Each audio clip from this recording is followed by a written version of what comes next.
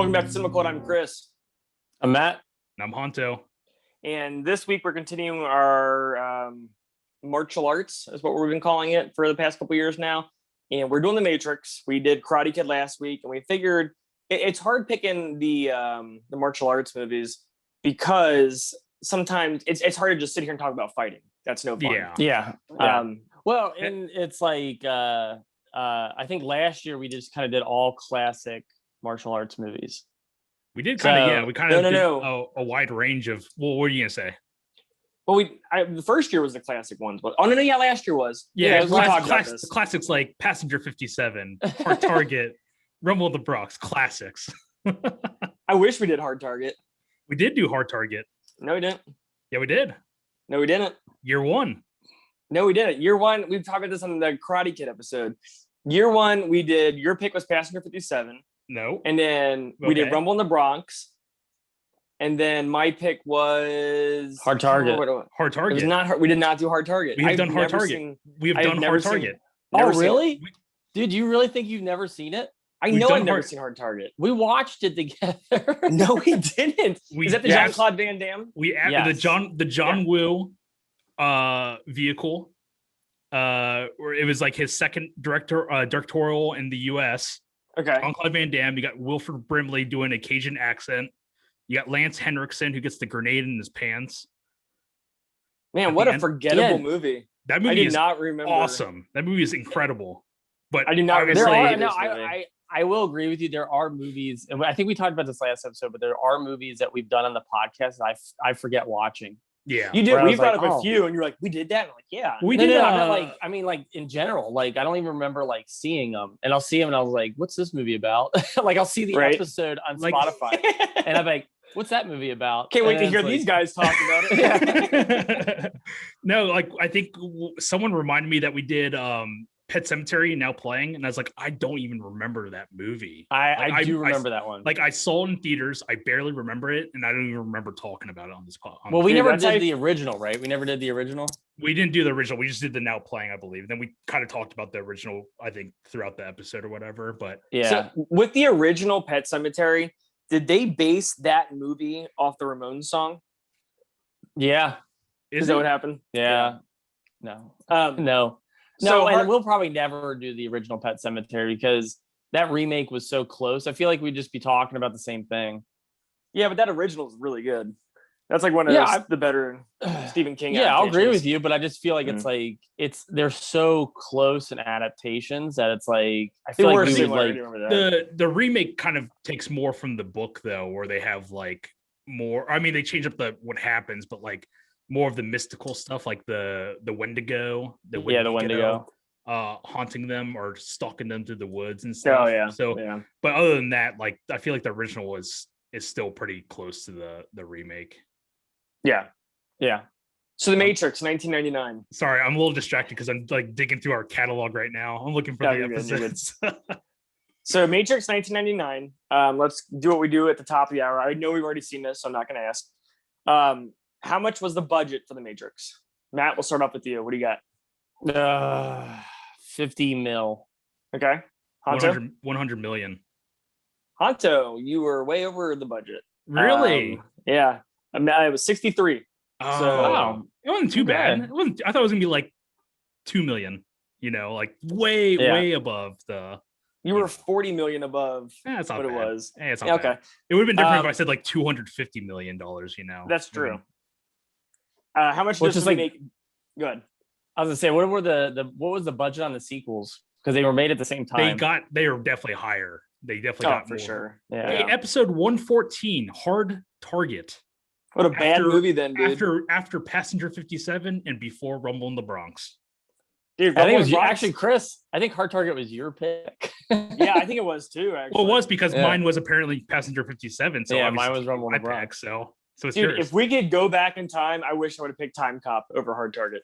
We should do Time Cop sometime, just on a Tom Cop. It's sorry, Jared. Tom Cop. Hey, Tom Cruise. That's Tom Cop. No, we should do that for a non-martial arts month, though. We for a time travel movies or something crazy. Yeah, and I'm okay with that. Then why did you pick Passenger 57 for your pick. To go back in time, to do Tom Cop, go back in time. We picked Passenger 57 before the creation of March-ial Arts. Yeah, we did. Oh, I remember telling you. Absolutely. Hey, what do you think is the best movie representation of martial arts? And you said Passenger 57. Not you Tom said Cop. 2. So Passenger 57 2, and I said that doesn't exist. And you're like, okay, we'll do the first one then. I love how you're really trying to play this out, like straight faced and everything. But it was honestly is because it was created before martial arts. We picked it and we're like, we're gonna do a martial arts month, so let's just loop it into the mix. And we're like, okay. And I was really disappointed that we did that. Maybe. To this day, I regret it. So how much did this movie make domestically? Matt, we'll start off with you. You said $1999. Just remember that. So obviously, like, go ahead. 70 or 75. I would say like 75 mil. I think you're gonna be like 70 or 205. $205 million. Okay. What was your guess, Matt? He said 70. 75 million. 75 million. Domestically. Domestic, we'll do 90 million. Or 90. Okay. Honta wins because it's 171 domestically. Holy crap, this movie made so much really money. Yeah, and $99. Is that well, hold on though. Is that California or is that like all of the US? Yeah. Are we factoring in Alaska prices? No, are we like distribution? I want to bring this up because this is an article I was just reading. Okay. But is that factoring in re-releases as well? I don't think so. I feel like I don't think this movie was that big. I think it was absolutely. I think it was. It was. I think it was. I think it was massive when it hit DVD. I thought it was massive when it hit DVD. I don't think it was massive in theaters. It was massive in theaters because I saw it. Yeah. Well, because like I'm bringing this up because Avatar just took the helm as the #1 movie of all time because it got a re-release in China and it made like $12 million, which made $12 million over Avengers Endgame. Or Infinity War, one of the Avengers movies. Yeah. It's good for them, man. Good marketing. I feel like it's not. I don't know. I guess technically it's people right. Saw it. They didn't do anything. But I wrong. feel like it's not fair because it's like. Yeah, I don't know. If you're always. I'm a firm believer in the money that's made in the initial run of the movie, not like 15 years after the fact. Like constantly just re-releasing it to get that little. It's like, I don't know. I just don't believe in that concept of like, oh, we got to break the world record. Let's just sneak our movie into China and then just have it release and get money. All right, people saw it. Okay, so, well, so I'll bring this up and because like, why not like those rides at like theme parks where it's like a 4D immersive experience or whatever.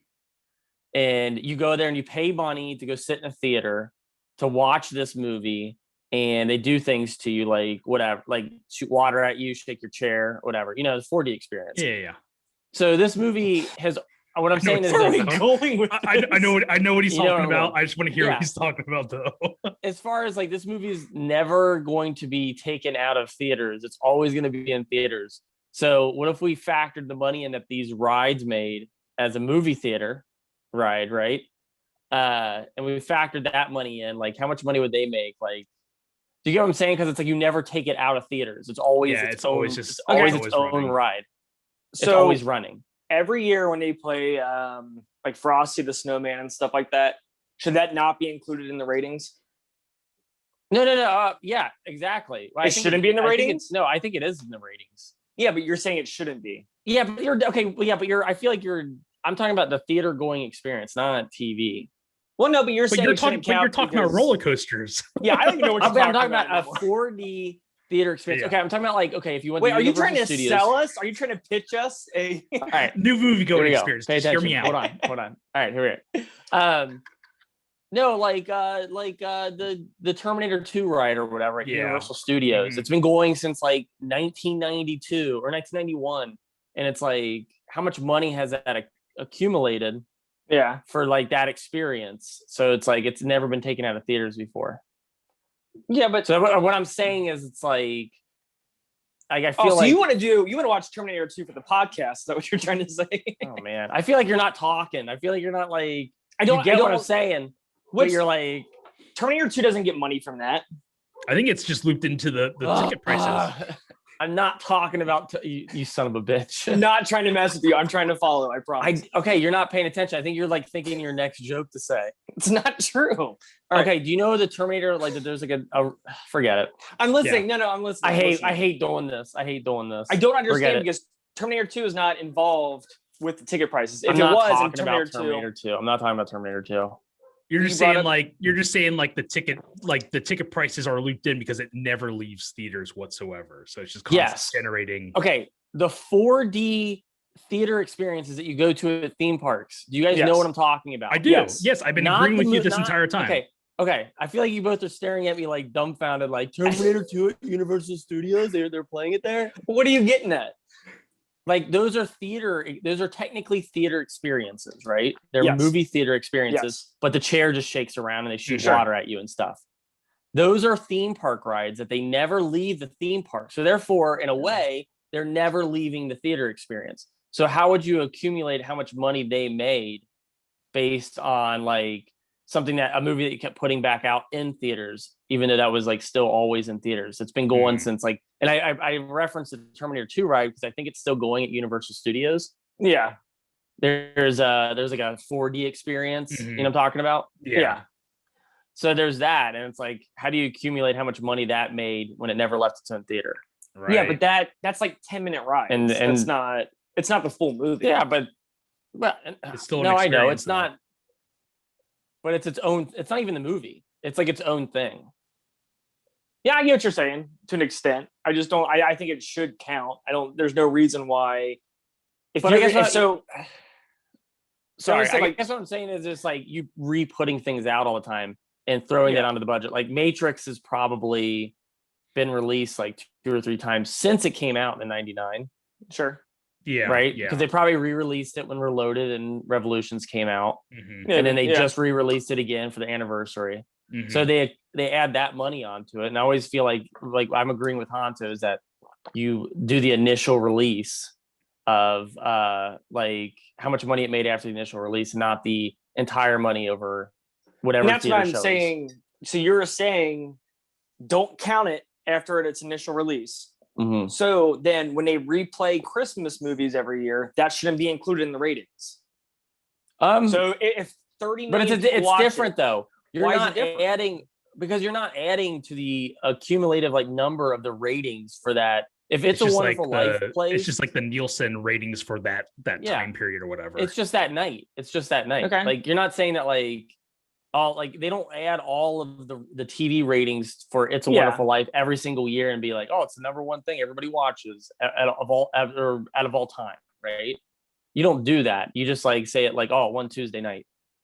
I just feel like the rules of this don't make any sense. So like, okay, so Titanic was out in theaters for like 6 months. Yeah, and that he's pulling the same stuff that he did with Titanic, where it was like multiple re-releases and like but Titanic never left the theater for 6 months. So are you saying that shouldn't count because it was out for 6 months? That should be the total. That should go for the total. I feel like because it like is still in its run basically. Yeah, but like so that movie was a stretch because it was so popular they kept it for 6 months. Most movies are only in theaters for 2 months. So why should Titanic count if it was out for 3 times longer because they decided to keep it in theaters? The movie won several Oscars and people love that movie. Yeah, but I feel like it's the initial run. It's the initial run because until it actually leaves theaters. That's the initial run. It's like the momentum of the car, like a car moving forward. It's like breaking world record speeds. They're not going to count the record on top of like what it does after it stops moving. So I think I guess I don't know. I don't see if people are seeing your movie money, it's adding to your total. I don't see why it should be like a negative thing. But I don't know. Yeah. I think it's just like it's because like what's stopping somebody from opening up like an Avatar movie theater that is open forever? And if people are seeing it, then why not? And like no one can ever beat Avatar because this theater is specifically only playing Avatar all the time. But the audience are speaking; they're going to see it, so it's not like they're paying for the tickets themselves. I agree with you. I agree with you. Let's loop back in on this conversation when they finally release Avatar 2 through 100 in the next 50 years. Sure. Yeah. So we'll do a podcast, a Cinema Cult revival.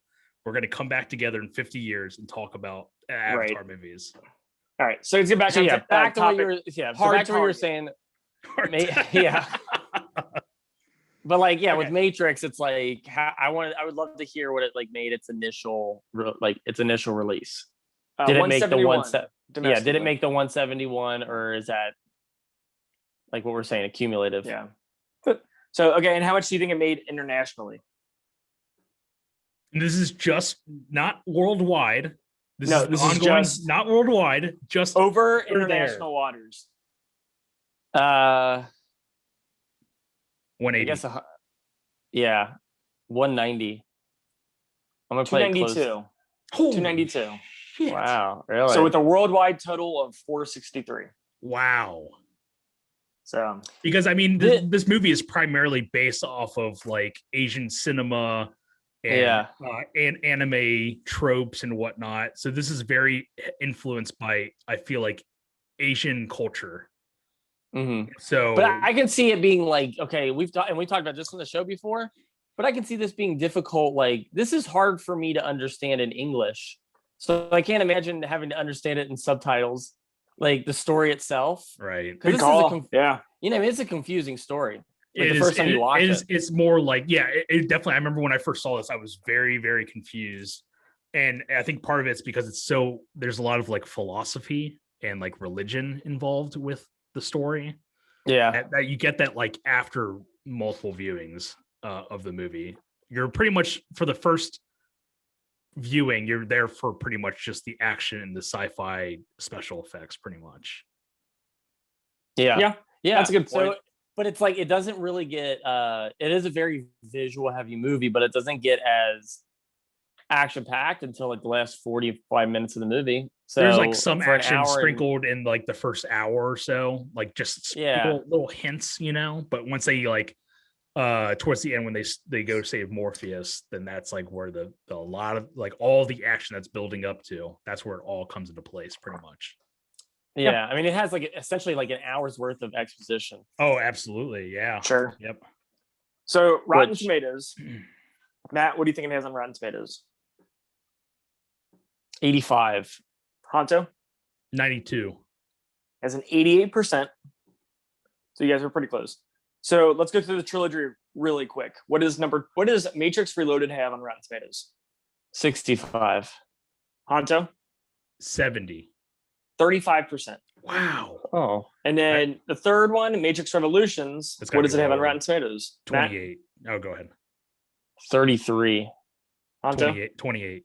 35%. Wow. Yeah. Wow.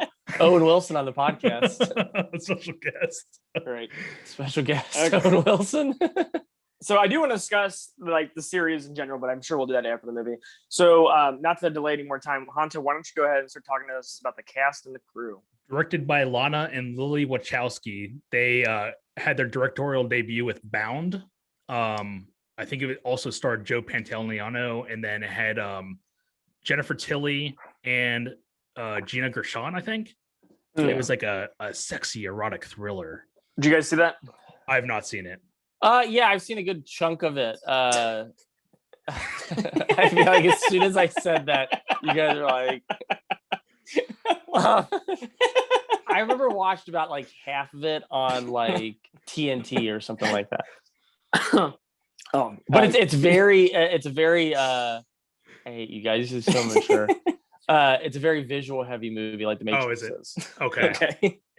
All right. Go ahead. Oh, and then obviously the Matrix series. They continued with Speed Racer, Cloud Atlas, and then previous episode, Jupiter Ascending. Have you guys seen Speed Racer?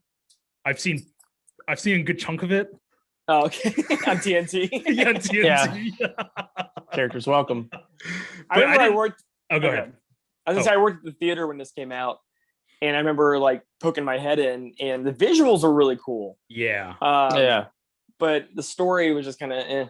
I mean, I feel like mixed things. Yeah, I feel like there's a side, basically split down the middle. Either people really like it because of the visual imagery and it's just a fun movie, or people just don't like it at all, probably because it's not the Matrix, you know?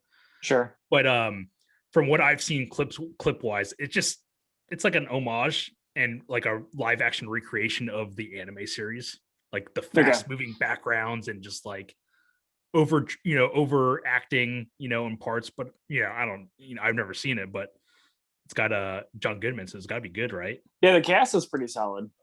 Who is the lady, the main lady in that? Oh, it wasn't Jennifer Love Hewitt, was it? No, it was Christina Ricci. Oh yeah, it totally was. Yeah. So good cast. I remember that. But I actually, lastly for them, I didn't realize this. They wrote, I don't know if you guys remember this movie. They wrote Assassins, starring Sylvester Stallone and Antonio Banderas. Yeah, I was more surprised that.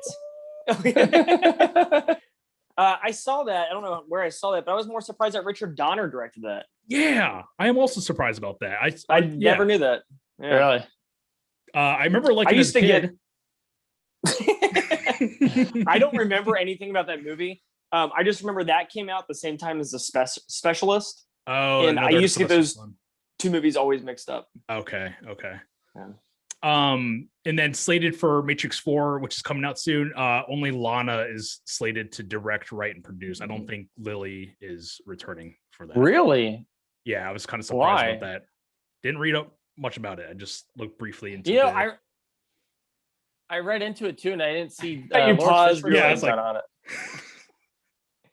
Yeah, Laurence Fishburne wasn't attached to the Matrix. It's Resurrection, right? Is that what it's called? I think it's called that. Okay. No, I didn't see that.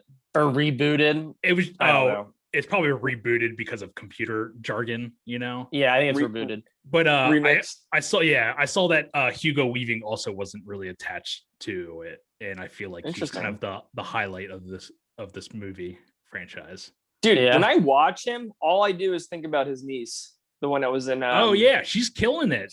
They look Weaving. So similar. Like I believe. It's like it's like the big eyes or whatever. Yeah, it totally is. Yeah. I can see that. So continue with the cast. We got Keanu Reeves as Thomas Anderson / Neo. We know him from Little Buddha, Sweet November, Feeling Minnesota, The Lake House. Hanto is so proud of that joke. No, but the Bill and Ted's trilogy, John Wick, Point Break, which I think is coming soon to this podcast. We keep talking about it. Yeah. Speed, Devil's Advocate, Constantine, and then Bram Stoker's Dracula. I'm amazed. Award-winning. Award-winning. This is the first time we've done Keanu Reeves. Is it really? Yeah, it is. I guess. Yeah. I feel like he's got like 10 movies we could easily talk. He's got a wide range of. Are you sure? Yeah. Name one we did. I mean, there's nothing we've covered with him. I know we just established at the beginning of this episode. I mean, we definitely don't remember what we've done on the show. I mean, we definitely haven't done Little Buddha, Sweet November, Feeling Minnesota. Okay. So I think we're again with the joke. All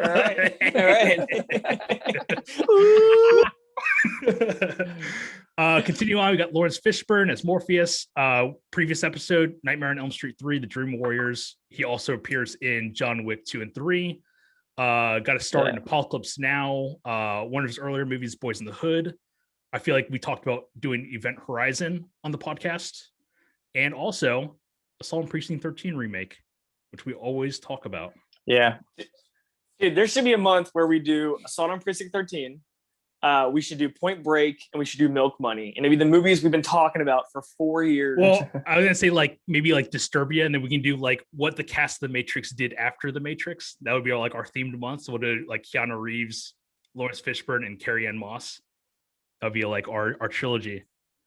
Wait, what? Oh, okay. All right. Yeah. Our themed one would be just movies they did after The Matrix. And then you said Disturbia, and I thought of Disturbing Behavior, and I was like, that doesn't make any sense. Okay. Oh, yeah. All right, it's good. Carrie-Anne Moss is Trinity, Memento. And then she did voice work on a game series called Mass Effect. Then nothing really else other than Disturbia or whatever. And then she was in, I think, some of the Marvel Netflix shows. She was on Jessica Jones and I think Daredevil, I think. Oh, she? Season 3. She's got an awesome voice. Yeah. Mm-hmm. Yeah. She is kind of terrifying on in Memento. That turn she has. Yeah. When she takes the pens, man. It's crazy. She takes all the pens. It's crazy. I haven't seen that movie in full. Spits in his coffee. Oh, does she do that? Oh yeah. She like hawks a loogie in his drink and mixes it up. Like you'll never remember. Yeah. To see if he'll like she's like testing him. Yeah. Continue on. Got Hugo Weaving as Agent Smith. I feel like he kind of made a killing briefly after the Matrix. I don't know what he's done recently, but he was in Lord of the Rings in the Hobbit movies. He was in V for Vendetta, which I think is a great movie. Which you didn't bring up. That's Wachowskis as well. Yeah, produced by he was in Phase 1 of Marvel Universe, Captain America: The First Avenger, several of the Transformers movies. I've never seen the Wolfman remake, which apparently he's in. And then that's one I want to cover on the show. I've never seen it. Is it any good or? There's elements of it that are good. It's probably a bad movie. Okay. But there's elements in there where it's just like, oh man, the casting's good. Well, I know your favorite good, is effects are good. I know your favorite is the original Wolfman, so it's like kind of like a tough act to follow type deal. Yeah, it is. And so I don't know, it's just one of those ones I've always wanted to like kind of discuss and talk about. I know there's a rated R cut. I've never seen it. I want to see that. Sorry, keep going. Oh yeah. And then just to add, he was also in Cloud Atlas, which is the Wachowski directed movie. I got Joe Pantoliano as Cypher. We know him from the Goonies. Bound. He was also in Bound, like I mentioned. The Fugitive and U.S. Marshals. And also the Bad Boy series. And then he was also very terrifying on The Sopranos. I don't know if you guys remember his character arc on that movie. Never watched it. Show. No, I didn't. But lastly, I'd like to bring up that the movie's fight scenes were choreographed by Yen Wu Ping. And he's like a kind of legend. Not kind of. He is a legend in like the martial arts film community. Okay. He's known for his like use of what they call wire fu. Is like where people are flying around on wires basically and fighting. Like pretty much every movie you see like from the 80s or 90s or even like now they're still doing it. He choreographed like movies like Drunken Master, which is Jackie Chan, Lethal Weapon 4 with Jet Li because he worked with him a lot previously on movies like Black Mask, Fearless. He did the work for like Crouching Tiger, Hidden Dragon, which is all wire fu. So this guy is like basically just he's all over the place. Like he's like the go-to guy if you need someone to choreograph your fight scene. Okay. Basically. So because that's it for casting. Talk about who was going to be the lead of this movie at one point was Will Smith.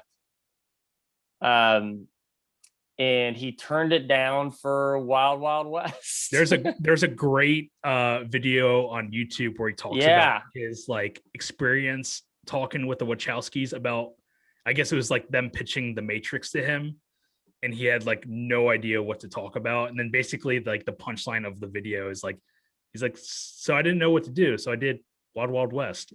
And then just like it's all like animated too, so it's got these weird animations as he's like describing the story and everything. It's really funny. It's a really interesting story. And honestly, like the way The Matrix was kind of like pitched, like it was like it's been called like the script that nobody understood. Like that was passed around Hollywood, and like everybody had a lot of trouble like understanding just like what it was about. I mean, in retrospect, it's not as hard to understand. But I feel like I feel like when you're hearing it and you're hearing it on paper or through just dialogue or whatever, the movie is very confusing until you actually see it visually. Like well, I even say it's very confusing until you've seen it a couple times. I feel like I agree. Yeah, I agree with that for sure. Yeah, and I feel like Reloaded and what happens in Reloaded and Revolutions, it helps to like understand this one a little bit more. But I mean, there's a whole backstory that is just literally explained through dialogue, and you're like, the year's 2199, not 1999. We went to war with machines, but we don't know anything. Like it's 2199, but we don't even really know what year it actually is. Type deal. So and it's like okay, and it was I wanted to bring brothers. this up too. Brothers. Yeah. It's weird because Sandra Bullock was also going to be in it at one point, Trinity. but I never heard that. I read that she turned it down because Will Smith was going to be in it. But I was like, I don't know if there's like a feud between them or they're beefing. I don't know. I also heard that That's what Sean Connery was that's what it slated said. Sean Connery was slated to play Morpheus at one point.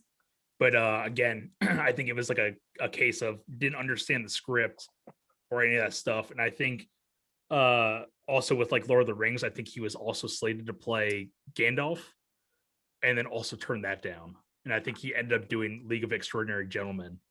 It's his final movie, right? Or one of his final movies? Yeah. Well, the reason he said he did League of Extraordinary Gentlemen was because after reading those past two scripts, he didn't understand them and he turned them down. And he was like, well, and I didn't understand this one either, but the other two were hits, so this had to be a hit too. And then, oh no, I know. Yeah, his logic makes sense. I mean, I understand it. Yeah, third time's a charm, I guess. You know. Yeah. Those comics are interesting. Yeah, you used to. I remember that. They're all right. It's the same guy that did Alan Moore, who did like Watchmen and V for Vendetta, but yeah, the story's interesting, but it's like the literary characters are awesome, but like again, it's all dialogue heavy in the comics and like a lot of exposition and a lot of it's just I don't know, not my cup of tea, I guess. No.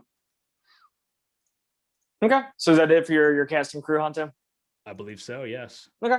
Before we dive into this movie, I want to ask you a question that I don't understand about The Matrix. So while you're in The Matrix, oh man, you can do this.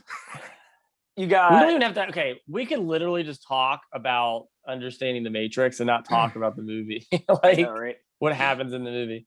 Well, okay. Well, I'll talk about the first scene, and then we'll go into the conversation there.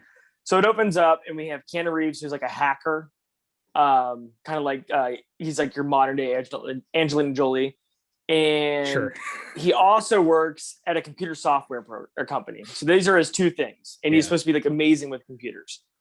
So he ends up going to this club after he gets a message. I think I'm just butchering Hanto's movie. Like Hanto loves this movie. I mean, you already killed it because you missed the whole entire first scene where they introduced Trinity, but we can go on to the I totally the club did. scene. Yeah. That intro scene is awesome. It's cool, just like from a visual standpoint, because we hadn't seen this before, like the whole 360 camera angle.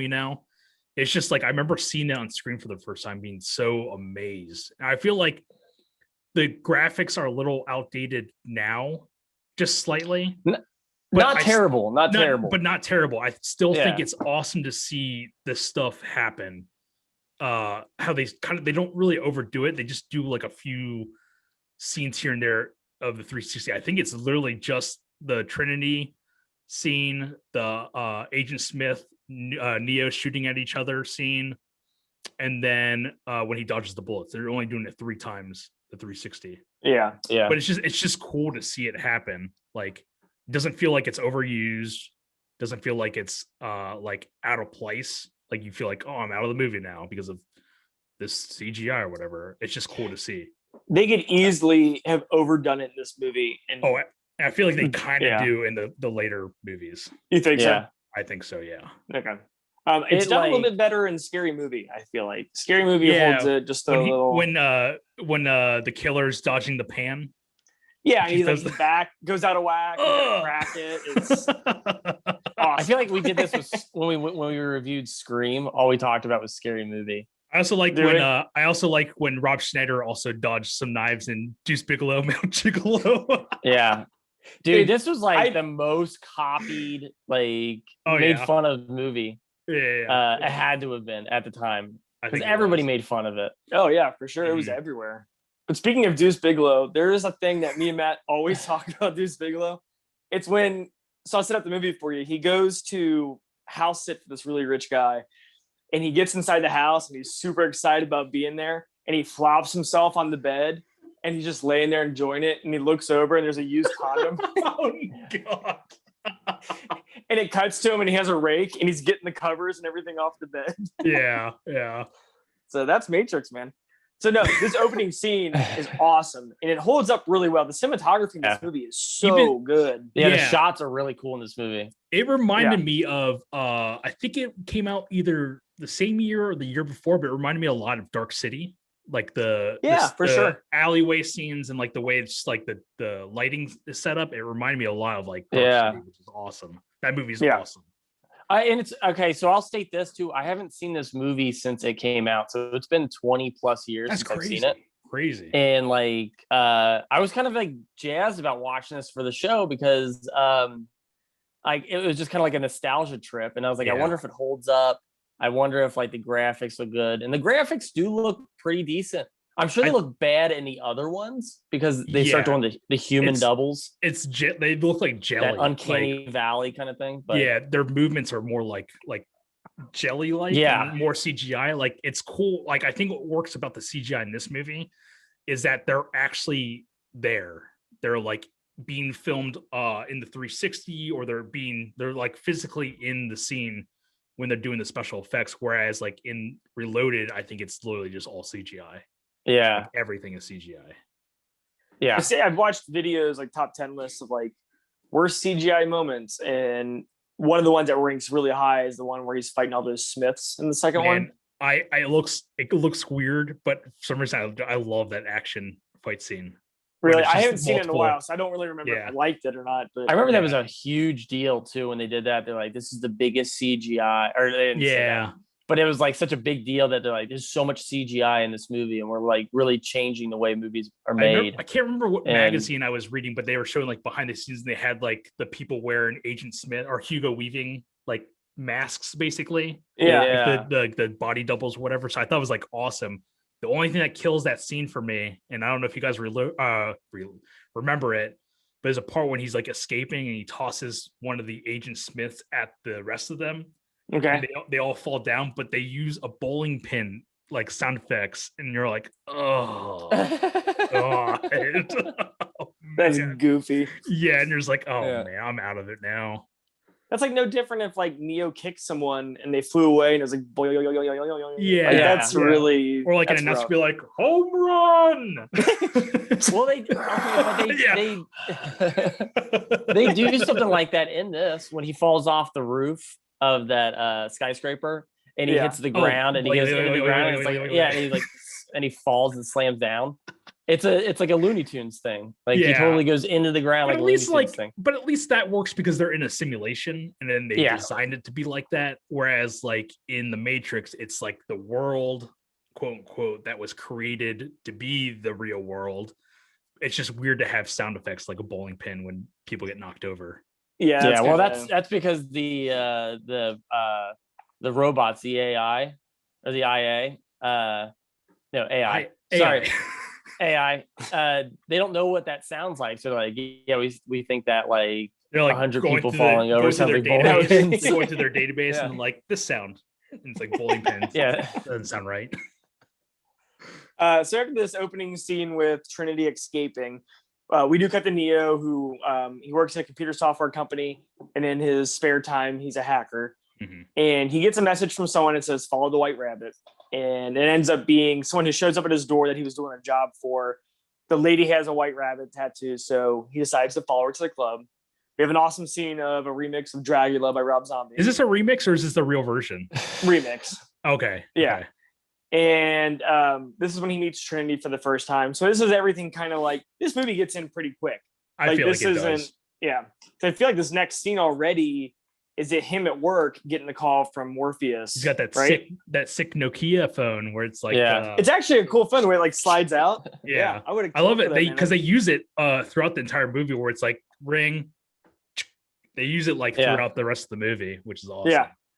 And so Morpheus kind of like walks him through like, hey, you need to get out of this office right now. People are coming to arrest you. Leave now. So he walks him through the office while he's on the phone.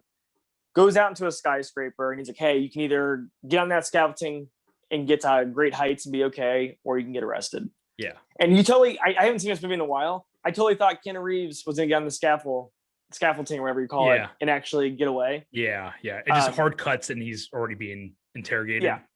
So before we get to the interrogation scene, here's my question. So we're already in the Matrix. this entire beginning scenes, right? Yeah.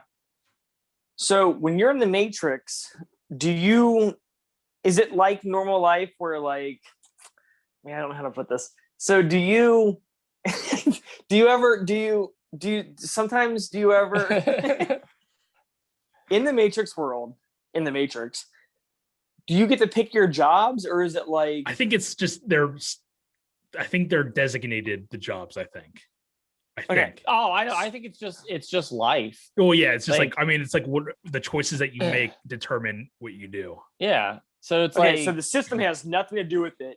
It's just like what you would decide to do. It's like simulated free will, where basically they make the people who are like jacked into the Matrix, they make them think that they are making their own choices, but they are stuck in the world, not knowing what's outside, I guess. So they're making their own choices inside the world. Essentially, we could be in the Matrix right now. Yeah. Okay. It's like this could all be a simulation, and the robots are like, oh, these guys are making this dumb podcast again. Yeah, this is the robots with like the Matrix. robots with the laser, you know. This is what they chose to do with their free will. Wow. Okay, so that we're on agreement that once you're in the Matrix, you choose your path, your destiny. Yeah, I think so. Yeah, okay. but if you're, yeah.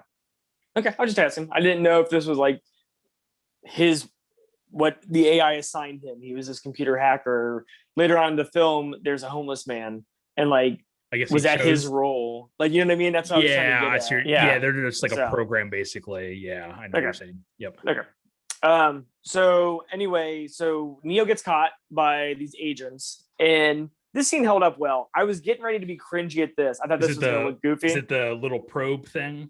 Well, first they make Keanu Reeves look like that dude from Hocus Pocus, and he can't talk, so his mouth is covered. Yeah, I was gonna say the girl from Twilight Zone. Yeah, the movie. Yeah. Oh yeah, when she's good watching reference. the cartoon, that's terrifying. Yeah, it is. And then they put this like little tracker device inside his belly, and it looks good. I thought it was gonna look a little dated. Yeah. It's little things like that I'm able to get over because it's not heavily it's not heavily used throughout the entire movie. If you I think the belly button good. I think the belly button cringe is kind of like what sells it, because you're just like, oh, it's going into his belly button, so you don't really give a shit that it looks like dated. You're just kind of grossed out by it, you know? Well, you're not staring at it as much either. When you focus on something for like 20 seconds, you're gonna start to like look at its imperfections, and you don't see it for that long. It's very quick shot, so it works. Another movie like this at the time, like The Mummy. There's times like watching The Mummy where you're just like, like he looks dated. Like the long face where he does like his screaming and he's at like the long. Yeah, because you're looking at it so long, like you're saying, you're just kind of you're able to like pick it apart. Mm-hmm. But to go back with your other point you made, like you're so much paying attention to this belly button thing that when you're watching The Matrix, you're having so much fun with it that you kind of forgive it. Yeah. So because I know we already talked about watching The Mummy recently. Like The Mummy holds up really well, and like it looks dated, but it's so much fun that you forgive the graphics. Yeah, I think like it's fine when you have like an interesting story, especially like I mean with this movie you're kind of already locked in with the mystery as to like what's going on, that you're able to like, oh, this is weird, like I don't know what's going on, but okay. Yeah. And then it, he wakes up after the scene. So you're like, oh, maybe it's just a dream. So you're able to like link with the idea where it's like, oh, maybe he's just envisioning weird CGI for the scene or whatever. Yeah. Yeah. But in the scene, so he ends up getting a thing in his belly. I don't know why I keep saying belly. I'll say stomach like a grown man. So my belly. And then my belly. We're going to put this in your tummy. Yeah, oh, damn it. I was about to say tummy. Damn it. So the following scene, he wakes up and he can't tell if what just happened was a dream or not. Yeah. And he ends up getting picked up by Trinity and some other people. Mm-hmm. And they end up taking the thing out of his stomach, which looked really cool. I did not remember this scene whatsoever. This was like watching a new movie for some reason. Yeah. But they take the tracker out of his tummy and they get rid of it. And they take him to Neo. And this is when you're starting to get like your really iconic scenes. or they take him to Morpheus. I'm sorry. They take Neo to Morpheus, and Morpheus is like, hey, you can take the red pill or the blue pill and choose your fate. Do you want to stay in this world you're in, or do you want to wake up? And the shot of the reflection of his glasses, I feel like, is so iconic. Oh yeah, where he's holding the different pills in each hand. Yeah, he's like, here's the red pill and the blue pill. I'm trying not to hit my microphone, so that's why. But still trying to catch a reflection in your glasses. Yeah, in my eyes, my eyeballs. You want me to have them higher? Like... Take the red pill or the blue pill, or this penny. Yeah. Oh my god, I forgot about that. So this looks really cool. This holds up really well. So Neo decides to take which pill is it? The red. Yeah. And he takes it, and this is the metallic scene, right? It's like him waking up from the simulation. It starts to kind of like break, I guess, around the reality, quote unquote, starts to break. But yeah, he touches the mirror, and that's when it starts to get like over, like pretty much like take over his body, pretty much. Well, and it's like it's supposed to just disrupt the program. Yeah. And basically glitch out. But it's also supposed to be a tracking device so they can find him where he's exactly at within like those pods. Right. Okay. So then at the same time, he's like, I need a location on him, and he's like turning silver, and he's like, where is he? And yeah, that's awesome. So it's really cool when it's cool, but it's also reminds me of another movie. But when the metallic stuff is going down his throat, it has like this really cool like internet sound, which sounds weird to say. Yeah. But like AOL. Yeah. Like a gremlin. Man. Oh, okay. You were long, like it was like there was like a scene where like his mouth is open, and So these movies are very similar in a lot of aspects. Should have done that for March-ial Arts.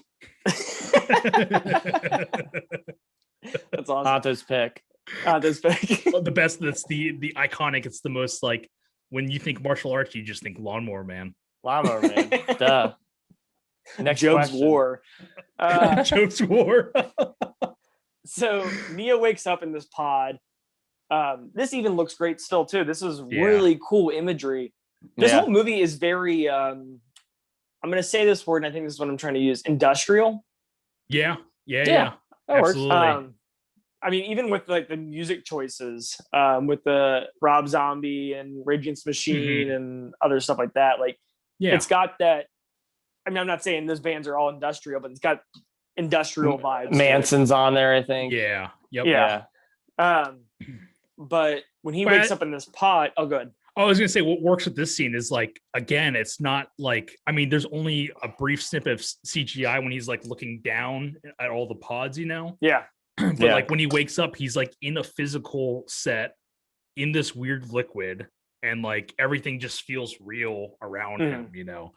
I think that's what like makes the movie so impressive is like they're building a reality through physical sets and whatnot, and then they just sprinkle the CGI and whatnot. So, and that's a good way of putting it. I mean, even like with like Jurassic Park, where everything is practical sprinkled with CGI when they need to, and that's the way it should be done, especially with T2. That's the same way. The 4D ride, I think, specifically.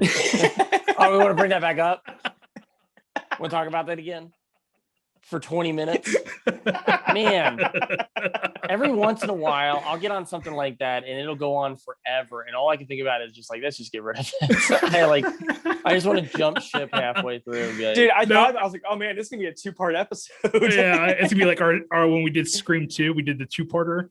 Like it was so long that we did like the 2-parter episode. Yeah, we were drunk. You could have called episode 1 The Matrix, maybe. Yeah. And then part 2 is just all the Matrix. Bullshit that we talk about in the descriptions. Like in this part 1, we actually talk about we go in depth in the parallels between the Matrix and the Terminator 4D ride.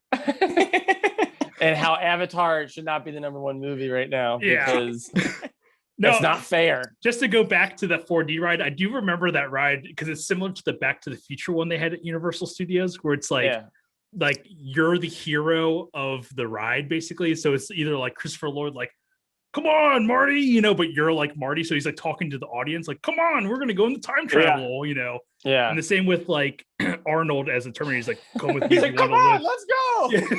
Is this Arnold? Is this Arnold or? Okay. I remember the ET ride at Universal Studios, and you could type your name in, and at the end, ET would be like, he's like, thank you, Billy. Thank you, Christine. Thank you, James. Right. And we did it. And I never went on that ride, so I don't remember. Yeah, that. it's a cool ride. At the end of it, he was saying, Chris really likes ET. And at the end of it, like Chris put his name in, and like we were going to the end of the ride, and it was like, thank you, like Mitchell, thank you, James, and then like the voice started dying. I was like, thank you, Chris. Like, No, thank you, Jessica. And it was like, and Chris is like, oh, what the hell, dude? Like messed up my name. Come on. I just flew from Ohio to, you know, like, it's like, and me and our little brother Jake like geeked out because we're on these like I do tricycles. not remember this. We're on these bikes like floating through the sky. Because they like and lift we're, you like, up. I remember they like lift you up, don't they? Like in the Dude, ride. it's awesome. And like you look like you're looking over the city and like the moon's there and everything. It's a really good ride. You go to ET's planet and we were laughing so hard we were gonna fall off these bikes and like these floating bikes. Matt. And while you're falling, it's like, thank you, Matt. Thank you, Matt. Thank you, Matt. Matt falls off the bike. Matt falls off the bike and he looks like the end of RoboCop. He's like, oh! He's got the really long arms. Yeah. The short legs. Oh man, if I had an action figure right now, I could simulate that with the camera. Oh man, dude, how come no one has made a RoboCop figure with the long arms yet? That would be amazing. I think, you know that that Instagram handle that does like the 3D printed action figures? Yeah. I think he actually made one that's like the long. Good. Did he really? Weird looking face. Yeah. Good. Oh, that's awesome. No, actually, going back to the ride thing, I remember one time I visited Cincinnati, Ohio, and we went to Kings Island, and they had an Outer Limits ride. Yeah, dude. It was very similar. We're like, we got to get on like something like it was a really cool story. Because when you're waiting in line, they actually have like TVs throughout, and it's like playing an episode of the Outer Limits, and like this ride is supposed to like simulate like the movie, I guess. I don't know. Yeah, that's an awesome ride. I remember being I know they've changed it. It's not Outer Limits anymore, but the ride itself. Well, but that's why I brought up the 4D thing because it's called Inner Barriers now. Is it really? Yeah. No. I don't get that joke. I fell for it. Outer limits, inner barriers. Oh, okay. Very, very clever. That was really good one. Good job. No, they had the James Bond ride back in the 90s there. Yeah. And it was like a theater experience. And like you went and saw like it was like a James Bond. I remember that. Special effects or it was stunt fun. theater or whatever. Cool. Yeah. It was when was it? That was probably like early 2000s. But you would like hop off a plane or something and you could like feel the parachute, like your seat would move, like you were floating down onto a boat. It was a really cool ride. That's awesome. Wow. And your ride was like this the entire time, like and it's like that was thank you, Matt. Thank you, Matt. I'm like swinging around the room. Yeah, just going crazy, like so the credits sequence, and you're like everyone's getting off the ride to like go to the next ride, but you're still stuck in the chair. Dude, I think it would be a really realistic thing to do for those 4D things is that you watch a movie about being a seat tester for 4D movies. And as you're watching the documentary about being a seat tester for 4D movies, you feel like you're in the documentary because you're on the seats for 4D movies. That's very meta. It is very meta. Yeah. I think people would flock to it, but I don't know. Maybe Criterion would release it eventually. Maybe. Yeah. We're lucky. So The Matrix. So Neo is awake. He wakes up in this tub of slime from Ghostbusters 2. Mm-hmm. And I guess Matt's shaking his head. That's not what it is. Because every time there's like slime, we bring up Ghostbusters 2 as if like that's the mark you have to hit. He came from a Nickelodeon, right? He just got his Nickelodeon award, popcorn award, or whatever they used to do on that show. Well, name a movie before Ghostbusters 2 that's about slime. Name a movie where the plot of the movie is slime. Give me The any other Blubber. movie. The Blob. Blob. Okay, these are really good examples. The Blob. Yeah, no shit. The Blob. Yeah, Like that's a shame. the Yeah. most obvious choice. So Neo wakes up, and I guess this is when we're like, for the next like 20, 30 minutes, we're like, this is what the Matrix is. This is what the life is like now. It's dystopian, and we're going to train you. Yeah. And basically, these training sequences are awesome, and the music that's played over it are awesome. I love the soundtrack for this movie. Yeah, it's pretty cool soundtrack. Yeah, the soundtrack is really because is there. So when you say soundtrack, do you mean like the various artists, or do you mean like the score? I think both, because I remember the various artists also being great. Because I remember I used to tune in at after school for TRL, and I always used to wait for the Marilyn Manson video because they showed the clips from I think it's "Rock Is Dead." I think is the song, but they used to include clips from the movie. And it would show really? Yeah, it would show like Will Ferrell as the mastermind. The architect. The architect. Yeah. I was talking to a friend about that, and all I could think about, because I've only seen Reloaded once, and I was talking to him about Reloaded, and I was like, yeah, Will Ferrell's at the end. He talks to Will Ferrell, and I was like, no, that was the MTV Music Award or Movie Awards parody of Matrix Reloaded. Because I think it was like Sean William Scott and somebody else were like the hosts, I think, and they were talking to Will Ferrell. I can't remember. Well, they even did it with like Scary Movie 3 or something like that, where she had to fight. She met like the architect as well, but then she had to fight a bunch of like the Ring girls. Like Neo fights all the Smiths. The Smiths. Yeah. I'm sorry I brought that up. So I was gonna say, the way, like, just you bring it up, like I was cringing. I was like, oh, I was like, that's so dated. It is dated. It's very dated. Sean William Scott and Justin Timberlake from the MTV movie. Oh, I mean, I totally thought it was Sean William Scott and Nelly for some reason. I don't know why I thought Nelly. Yeah. Oh, so, yeah. So, actually, and then to talk about the various artists, there's a really cool Linkin Park song. Oh, is it really? Yeah, it's when they're walking down, they're in the Matrix, and they're walking down the street, and the girl in the red dress passes by. Yeah. That's a Linkin Park song that's playing. I thought that was was it? Is it Magnetic Fields or something or whatever? I'm pretty sure it's Linkin Park. I could be wrong. I didn't think Linkin Park was popular until like 2001. I thought. Yeah, Linkin Hybrid Theory didn't come out until like 2001. No, it was 99. Let's see. Yeah. So it's the same year as the movie. I'm pretty sure it's Linkin Park, but you got me so like concerned now that it's not Linkin Park. I don't think it's Linkin Park. I will bet milk money that it's Linkin Park. Well, that we won't ever talk about milk money ever again. Yeah. Just type in "is Linkin Park in the Matrix" and say not the band, but is the song in the Matrix. That makes no sense whatsoever. Just type in everything. I think actually Linkin Park is actually in Reloaded. Maybe you're getting that mixed up with. Nope, no. I remember the Reloaded. Did you type in "is Linkin Park in the Matrix"? Not the actual Matrix, but in the movie. It's pulling up Reload. Yeah, I typed up that same exact thing and it didn't pop up. It actually didn't pop up any results whatsoever. Man, I'm pretty sure Linkin Park is in that first one. But dude, I love how much you're scratching your neck. Like, just you're so nervous. Like, anyway, so yeah, the training sequences in this are amazing. Him and Keanu Reeves and I was gonna say Tim Matheson, not Tim Matheson. Laurence Fishburne. Who is he? Larry Fishburne. Yeah, Larry he's Fishburne. He's like, your name is Flounder. And I was like, Little Mermaid. What are you talking about? We're all over the place. I'm Flounder. Their choreographed scenes are amazing, man. Yeah, like, apparently, you probably know this, Matt, but Keanu Reeves actually broke his neck or did something like crazy, and apparently he couldn't kick at all. Like, really? Okay, I didn't know.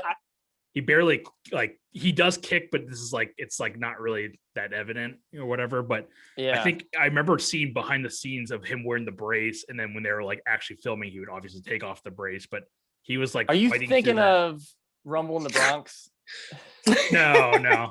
Where he has to put on the sock over his cast. Yeah, I think that's what it is. I think he was wearing the brace and they had to CGI it out. That's why he looks so stiff when he's like fighting.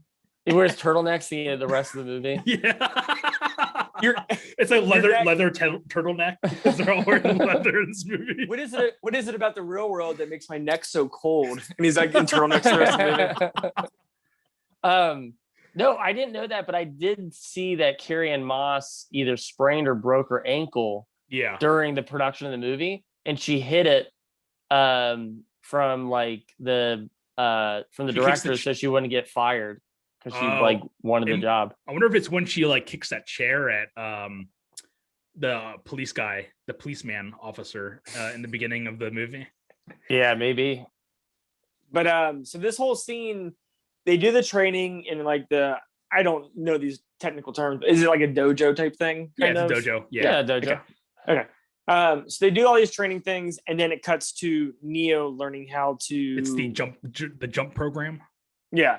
Mm-hmm. And this is weird. So correct me if I'm wrong. I'm probably something really stupid when I ask this. So Neo tries to jump across the buildings, and he can't do it, and he falls, and he's like, boing. Yeah. And like, oh, no one gets on the first time. Does Neo jump again in this movie? Is this used again? No, I don't think so.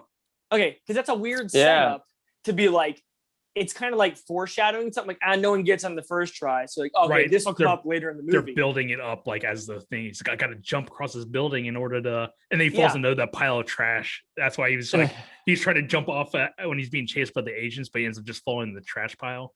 It's like trash. It's just trash. I'm in trash. I'm in trash. Well, I mean, it's setting up it's just setting up the gravity. Like as far as like, hey, like, gravity can be manipulated here if you just free your mind. Yeah, I think they're just kind of saying like they're kind of hinting that he's not the one because obviously he was supposed to be Morpheus in that fight. He kind of loses because he can't like hit him or whatever. And then the same thing with like, oh, he's supposed to get on the first try because he's the one, and it doesn't happen. And that's why like I think it cuts to like Joe Pantoliano or whatever, and he's like, oh, like looks like he's not the one, you know. Okay, can we talk for a second though, since you're bringing up the whole concept of one, Hanto? What makes him the one? Like they say it real briefly, and they're like the one is the person that's born in the Matrix. Yeah, he's supposed to be like born in the Matrix, but can like defy the laws of the Matrix. So basically rewrite the program or whatever and free basically everyone that's like in those capsules, I guess. Yeah, because like he's born in the Matrix. He dies at the end of the movie and he gets reborn in the Matrix. Yeah. So it's like a Jesus birth rebirth type deal. Yeah, I guess, that's why when he sees the Oracle and the Oracle's like, yeah, you're not the one. But it's because he's not the one yet. Yeah, that's why she's like, but you're just waiting for something. Hint, you know. So it's just kind of like, I don't know. I was trying to understand fully, like, I guess just the concept of it about him being reborn in it. And dude, if there was a way to describe this movie is frothy with metaphor. Oh, absolutely. Yeah. There's like the religious allegories or whatever, and like just Neo is one, but it's like spelled wrong. Well, in the beginning, when he sells that like disc or whatever to those people that show up at his door, he takes like the disc. He's like, "Oh man," he's like, "You're my personal savior." He's like, "Thank you so much," or he says something like that. Yeah, my own personal Jesus Christ. Yeah. But yeah, because I know they start to get into. They bring up Zion in this movie. Yeah. And I think it's who's the operator? Tank and Dozer. I think Tank is talking to Neo, and Tank doesn't have any of the things on him. He's born in the real world pretty much. Yeah. And this is where it's weird because I feel like they hint at things. It's been a while since I've seen Reloaded, but they hint at things that like they're gonna like discuss, but I feel like when you get into the sequels, it's too much. It's way too much. Oh yeah, once vampires start popping up, you're just kind of like vampire, werewolves, and ghosts, pretty much. Yeah, are like in the sequel, which is the sequel's got some really cool parts to it. There are some cool parts, but like they go way too much in the philosophy or like the exposition of the Matrix and like just over explaining things. Just give me a movie where they're fighting. It's that highway scene is awesome. Yeah, it's pretty cool. The highway scene's awesome. And for me, it's like I remember just like wanting to scream when we went and saw Reloaded and the architects explaining everything, and I was like, this is too much. Yeah, my brain. Matt Like, looks it like was what's his name from Green Lantern? Yeah. I put my hat on. I'm like, was it Peter Sarsgaard? Yeah. my tiny hat. My hat's off to you guys. That's good. Hey, speaking of, you said something that made me think of it. So I guess when this came out, they premiered it at Cannes and Cans. Cannes and Cans. Keanu It's just took his can. girlfriend. You don't say the S. Can. You don't. It's just can can film. Yeah. And then Can Keanu is like, it's just can. It's just can. That was my whole joke. That was the entire thing I was setting up for. Were you really? And yep, that was the entire premise of that. Yes. So, That's so great. The I thought about disappointment that. on your face. I thought about that 5 minutes ago, and I've been waiting for an opportunity to weasel that in. So bummed, man. That's so great. Can I finish the joke? Yeah, go for it. Yeah, like Sure. let's rewind. I didn't say anything. So when The Matrix came out, it premiered at Cannes. Yeah. And he took his girlfriend. And his girlfriend's like, I'm really nervous to be here. And he's like, relax, it's just Cannes. Yeah, I like the way Hansa said it better. So bummed. I was so excited. I honestly didn't know you were going that route. So I know you cut me off halfway through and you said it, and I was like, maybe Matt didn't hear it, and then yeah. you said it again. I thought you were legitimately talking about the festival. I was like, oh, this is gonna be awesome. Maybe I'll just say this joke before we get to the Yeah, movie. I thought you had trivia, dude. I was like, oh, here we go. Like he's gonna have like legit like awesome trivia. I didn't know it was at Cannes. Yeah. Yeah. I'm sorry. No, don't worry about it. I'm sorry. So to kind of like go throughout the movie, we end up meeting the Oracle, who's kind of like, what's the Oracle represent in this movie? She's almost like I think supposed to be like a program that is fighting for the people. Like she's kind of like, oh, so she's not even real. She's a program. Yeah, she's a program. Okay. Yeah, they go more into that in the Matrix Reloaded and Revolutions. Like she is a program because like I guess in I think they had the actress that plays the Oracle in Matrix Reloaded, but she died. I think shortly after. So they recasted her in 3 and they played it off as like, oh, she changed her appearance via coding or whatever. Is how they they wrote it off as like she was able to. No, that works. Why not? And she's like in hiding, and like other programs are looking for her because she's helping the people. So they played as like she changed her appearance to hide from the other programs, basically. It's clever. Yeah, I like that. Yeah. So Neo meets with her, and she basically says that Neo is not the one, even though Morpheus thinks so. Yeah. Not to get too much in the scene, but I feel like I finally understood the whole there is no spoon and how that scene correlates to the rest of the movie. Mm-hmm. It's really cool. I do really enjoy this, especially later on in the movie when he's like telling himself out loud, like there is no spoon. There's no spoon, yeah. Like it's really cool. I mean, yeah. I've probably seen this movie 4 times. It's been a while since I've seen it, but that metaphor, that saying, whatever you want to call it, made more sense this time. Mm-hmm. So after his visit with the Oracle, there is a scene where everybody goes into the Matrix and Joe Pantoliano betrays everybody. They basically, even since the beginning, which I just kind of caught in this viewing, but the agents talk about how they have an informant, who is working for them. And they have that's how they know that Neo is like the next one that they're looking for in the Matrix, is because Joey Pants, like basically says like, hey, Neo or Thomas Anderson is the person. That's why the agents are able to like find him so fast. Yeah. But they kind of like, I mean, they're not really, I mean, they're really obvious about the fact that he's the traitor, because throughout the movie, he's kind of like leaving himself. Well, they do it more so after the fact he meets with Agent Smith in the Matrix, which is the one problem I have with this movie. Okay. Going back to it, he goes into the Matrix to have a dinner/meeting with Agent Smith, but the logic of this movie states that like you have to have an operator that pulls you out of the Matrix via phone call.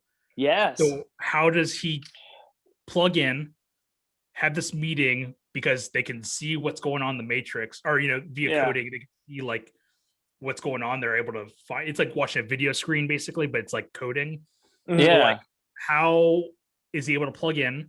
How does people out like in the ship, how do they not see that he's meeting with Agent Smith, giving him all the info? And then how does he exit the Matrix? Yeah, That's the those one. are That's solid the one. questions. That's the yeah. one problem I've always had with this movie is like, Yeah. how do they not know sooner? Because obviously he's been having meetings with the agents. And you would after see hours, it and basically. like, and it Yeah. seems like you only go into the Matrix for particular like things. So it's like because it's the dangerous. Oracle It's to find dangerous. people. Yeah. Because So he would- if the agents know your location, then they can send the sentinels or whatever to find like your location is tracked, so they can send the sentinels. So it's like very dangerous to do that. So also, why doesn't like, yeah, it just kind of is kind of like, I mean, it just makes no sense to me. Because like, why Well, don't like, the agents unless- why don't the agents be like, screw this dude, we'll just kill Joey Pants to kill the one who's gonna save everybody. So why don't they just send the sentinels and just kill him anyway? You know, it's kind of like a conundrum in this movie. Yeah. That's it, dude. Yeah. Way to ruin the movie, Honto. I love this movie still. But it's, Dude, that not is to true. go on That's a huge plot hole. Not to go on a tangent. Thank you. This is totally off topic, but on topic. So I feel like you could totally make a horror movie version of The Matrix, which I feel like they kind of go in the realms with like the second one where they bring in like vampires, stuff like that. But you could totally have a world where people are trapped in the Matrix, and then you have like a Matrix meets like Freddy Krueger type thing, and you could have some really, because it's like you die in the simulation. You die I feel like that's what they did with the Gamer. You die in the game, you die for real. Oh yeah. You Kinda cannot like- finish that movie. Never Yeah. seen that. Never seen that movie. Yeah. I don't think I ever will. But I think that's when you were talking about Joey Pantoliano. Like if you get pulled out, you die, and it is very similar to Nightmare on Elm Street in that aspect, which is kind of weird to think about. So I didn't really have a question, just more of a first time listener. Yeah.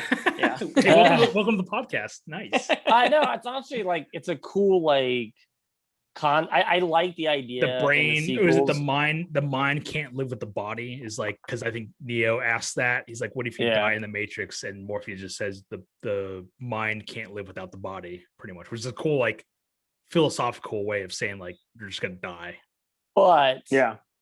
it's because your mind thinks you're dead is why you die, right? Yeah. So like, why couldn't you just like trick your mind to thinking that like every time you got shot or something like, it's just the Matrix. If I can jump buildings, why can't I like talk myself out of like death? He does. Yeah. And I think that's what Neo does when he stops the bullets at the end. He's like, hey, these aren't real. Like, Yeah, because I think because he's Okay. the fabled one where basically he's like the only one that can really see beyond the bounds of the programming or whatever, which is why he's able to alter reality in the sense he can stop bullets, he can go into the Agent Smith and destroy him, he can fly around, you know, like at the end and stuff and all that stuff. So yeah. So Joe Pantoliano betrays them, and there's this really like intense scene where he's pulling out all of their like the jacks, basically like the plugs. Yeah, He's the things unplugging from them. Avatar. And Yeah. he ends up killing like 2 or 3 of the people. He kills one of the operators. No, he kills the kid. He kills so he shoots the tank with the laser, and then he kills Dozer, which is the brother. Yeah. And then slowly he kills, I think it's APOC and Switch, which is like the guy and the girl. And before that, though, the kid Mouse, he gets killed in a hail of gunfire because of the trap they send, like the glitch in the Matrix. And this is like where I think this is basically Joe Pantoliano gives them the location of where the exit is.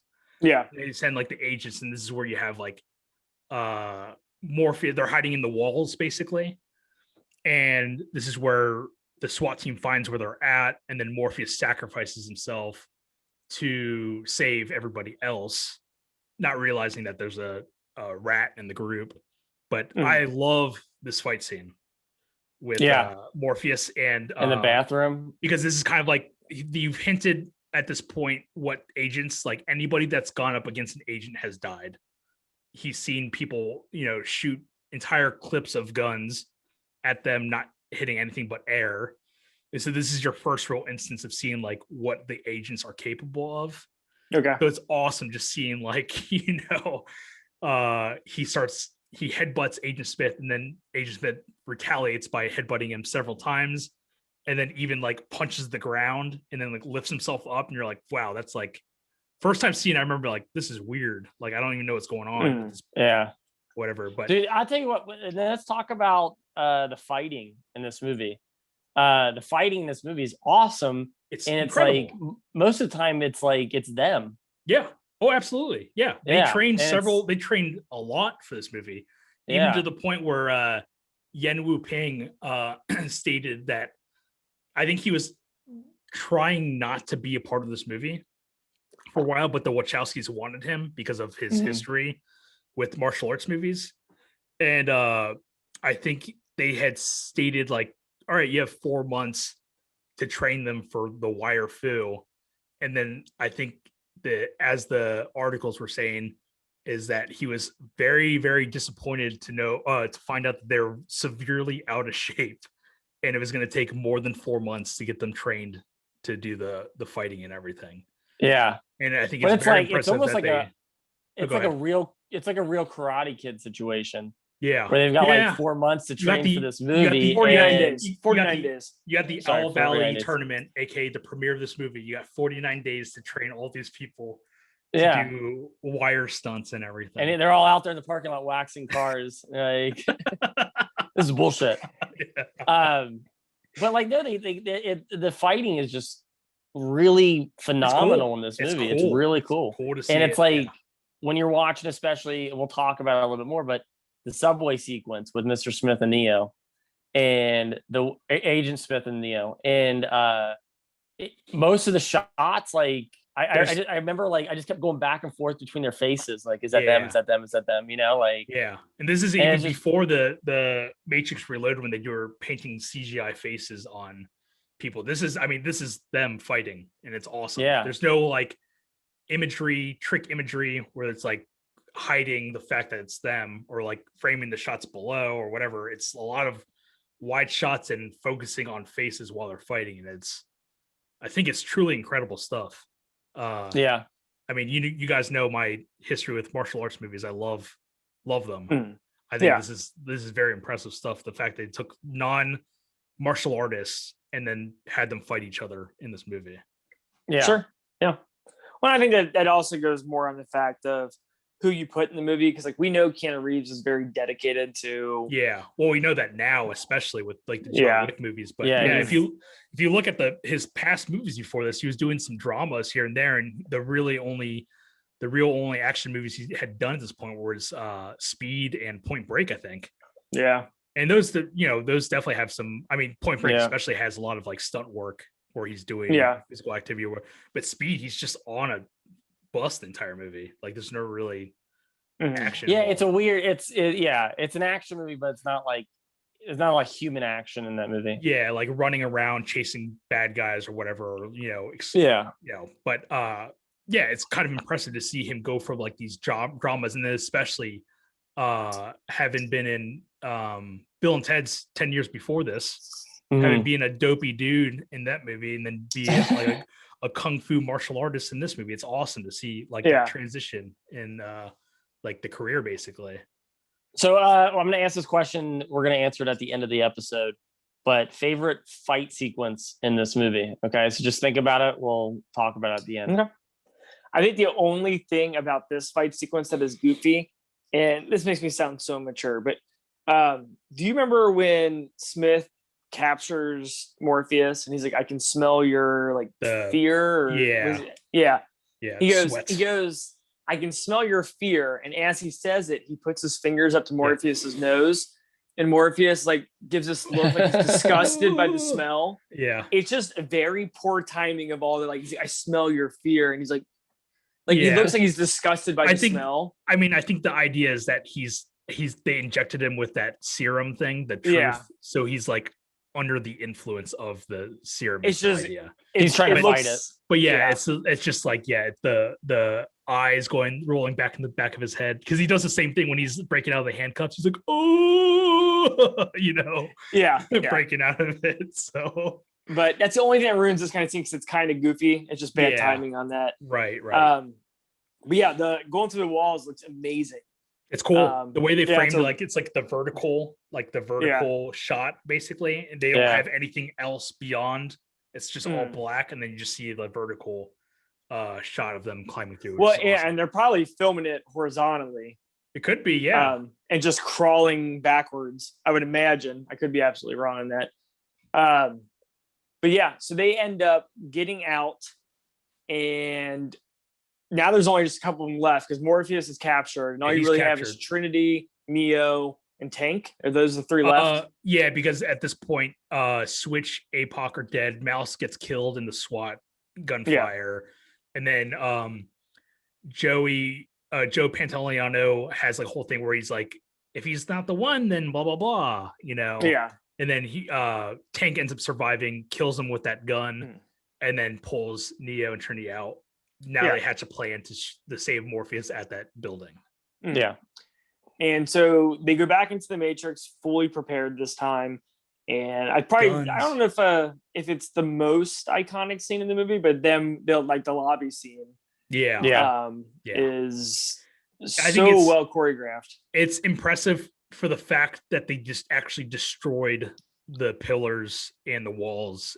And I don't know how many takes they had to do with this, but the fact that they destroyed the entire lobby, which is obviously a set or whatever, but they did that so many times. And I know like seeing behind the scenes footage back in the day, like there were several times when Carrie-Anne Moss had messed up like the wall flip where she's like running and then does like the cartwheel flip off the wall. Like there were a lot of times when she messed up how they did it, so they keep rolling it back. But if you look in the scene, they're destroying everything around them as they're doing these shots, and like it's just impressive that how they're able to pull this off. I feel like. Oh yeah. And it's like what's awesome about this sequence is it kind of harkened back to John Woo. Yeah. Lots of slow-mo. Yeah. And they do a lot of like, as far as like the environment is getting torn apart by the gunfire. So there's a lot of like the mechanics of that going on. And I think it's what makes it such a cool sequence. Yeah. I think there was something that I saw, and I might be wrong on it, but Keanu Reeves hiding behind a pillar and like a behind the scenes thing. Yeah. And it like fell off and broke on his head, but he continued filming the scene. Like he didn't like break character or something like that. It was really neat looking. That's awesome. Yeah. But this whole scene is so tight, I guess is probably the word I'm looking for. Like the music's on point. Everything looks great. Like tight, like in the cool way, like, oh, this is tight. Is that what you're saying? Man, that's tight. The edits were very tight. Like they're very seamless. It just worked out perfectly. Yeah. Something I was going to bring up that, not to put like a downer on the movie, but it's a shame watching this movie and knowing the garbage that it inspired as far as like the school shootings and stuff that. Yeah, it is like a bummer. it's and I mean it doesn't ruin the movie in the sense like I can't watch this movie anymore because that's all I think of. But there are scenes I watch and then I think about that. And I thought about that too, and I've never done any research into it. I just remember like because you're just talking about Columbine. Yeah. And I mean there was multiple things I think that were inspired by this movie. Yeah, but I remember like it's weird because it's like I've never done the research on it.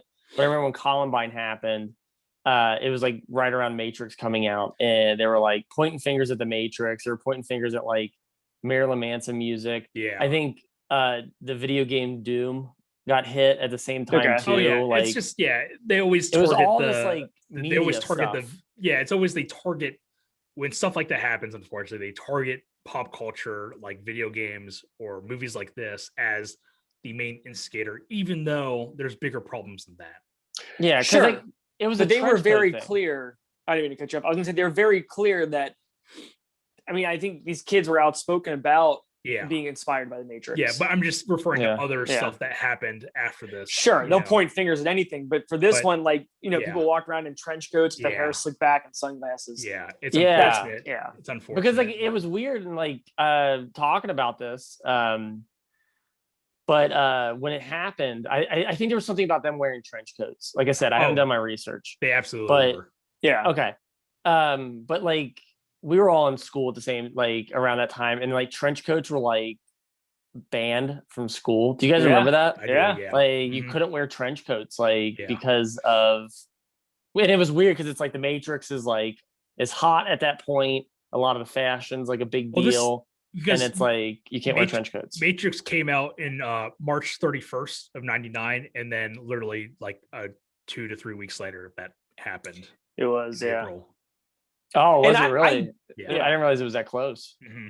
And I get the banning of trench coats because, I mean, honestly, even though they look cool, like you could hide stuff in there and Absolutely. no one would know. So I understand that logic, actually.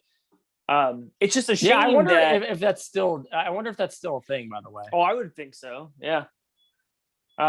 Because I mean, you're essentially, you could hide so much in that stuff, and it's a shame because trench coats were cool. I mean, I never wore one, but they had a cool. I mean, when you look at stuff like Deckard and like Blade Runner and stuff like that, like trench coats have a really cool.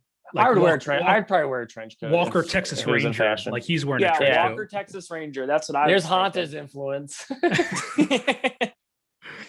But now they're ruined because of that. Yeah. And in all honesty, even if that had not happened, if people still wore trench coats today, I would still think Matrix. Like I feel like Matrix defined. It's solidified it into culture, basically, like pop culture, basically. Yeah. But it is. It's just like you bringing it up, though. It's like I can't help thinking about it when I watch the movie too, because they were pointing fingers at everything that wasn't like the actual problem. They were just pointing fingers at like. Yeah, they do that. Video games, literally movies, every time this happens, they always point to like Grand Theft Auto. They point to literally everything that's popular at the time. This movie was popular around that time. So, and clearly there was definitely, they had taken the trench coats and stuff. But like anytime some sort of incident happens, they point at either something that's popular in film, something that's popular in media or video games. They always point the fingers. Sure. Yeah. But I mean, I think this is the rare instance where the people said this was an inspiration. I agree with you. Yeah, absolutely. But yeah, most of the time they just point the finger at anything, just being like, "Oh, this is the reason," and it's like, "Is that really the reason?" So we have this awesome, and when I say tight, I mean not like tight cool, but tight like. So to bring it back, like it's back to the word tight. Like what? That's the word tight. Yeah. It's like one of the best shot scenes where it's just like no shot is wasted. The music's on point. Like I said, everything looks great. Just awesome. Yeah.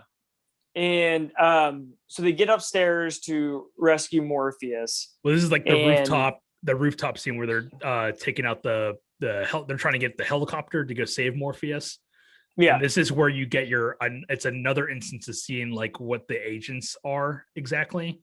They can they're because in that program simulation, Morpheus talks about how they're everyone and no one, meaning that they can take over literally anybody that's jacked into the Matrix. So the agent takes over that helicopter pilot, and then you see like, they can actually travel like through people basically. So here's my question. I was gonna say, why can't the agent go into anybody like Neo or Trinity or Morpheus? It's anybody that's in the pods. Yeah, it's anybody that's in like asleep in the Matrix. Still believe the simulation or whatever. So what sucks because like all these people that they kill in this movie, they're killing them. Yeah, they're killing innocent people. That's what I thought too. Yeah, like these security guards who are literally just doing their job. Oh, absolutely. Yeah, it's the career path that they chose, as we talked about earlier. They chose to become security guards, but that's the whole point too. They talk about it like everybody's an enemy who's not unplugged from the Matrix. They say that I think Morpheus talks about how like there are people that are stuck, but then there are people who are so far down the rabbit hole that they will do whatever it takes to protect the interests of the programs or the agents where they're like so locked into that world, like there's no way to pull them out whatsoever. So I kind of take it as like the security guards are those people. They're just like unfortunately stuck to the point where there's and it kind of ruins like scenes like that because like you're like, oh man, this is such a cool scene, and you're like, oh wait, they're not fighting bad guys, they're just fighting like your average Joes. It's kind of hard to watch after you know that. So he's going to rescue Morpheus, and this whole like design looks so cool because it ends up the sprinkler alarms go off. Yeah. And Morpheus is handcuffed behind his chair, and like this whole like set design looks so neat. Yeah. I love the way this looks. Yeah. But With the then I way the get water's thrown off. flooding out and everything, it's really Yeah. cool. But I get thrown off because the way Agent Smith tells the other two agents to leave the room so he can talk to Morpheus, and all of a sudden he starts talking to him like he's a human being. And that's what I don't understand with these Smiths. They become very human, and I'm like, this is too human of him. They dig into this into the later movies. He's like trying to separate himself from the world. Like you got the basically like the agents are there to like keep them in check, keep them the pods so they can feed off of like because they're basically human batteries. They power the Matrix. They're plugged in. So the agents are there to keep them in line, whereas Agent Smith is almost like a rogue program. He's trying to like exit. He's trying to separate himself from the other programs or whatever. And this is what they dig into in Reloaded and Revolutions, where he's like a separate entity trying to break out of the world of the Matrix himself. Like he's also. I'm not a huge fan of this. I'm not either. I don't like it. I don't like it. Yeah. It just doesn't fit his character. And the logic, I mean, like it's just be the logic of it doesn't make sense. Just be the bad guy. Don't go super in depth in the philosophy of like, if you're an AI and part of this world, are you real or whatever? You know, I feel like that's what they're trying to go. It's like AI within AI. Like, like does an AI feel too? Like that's what they're trying to do with Agent Smith, which I don't think works. I think he should just be an obstacle for these human, the revolutionaries that are trying to free everybody. That's what it should be. Yeah.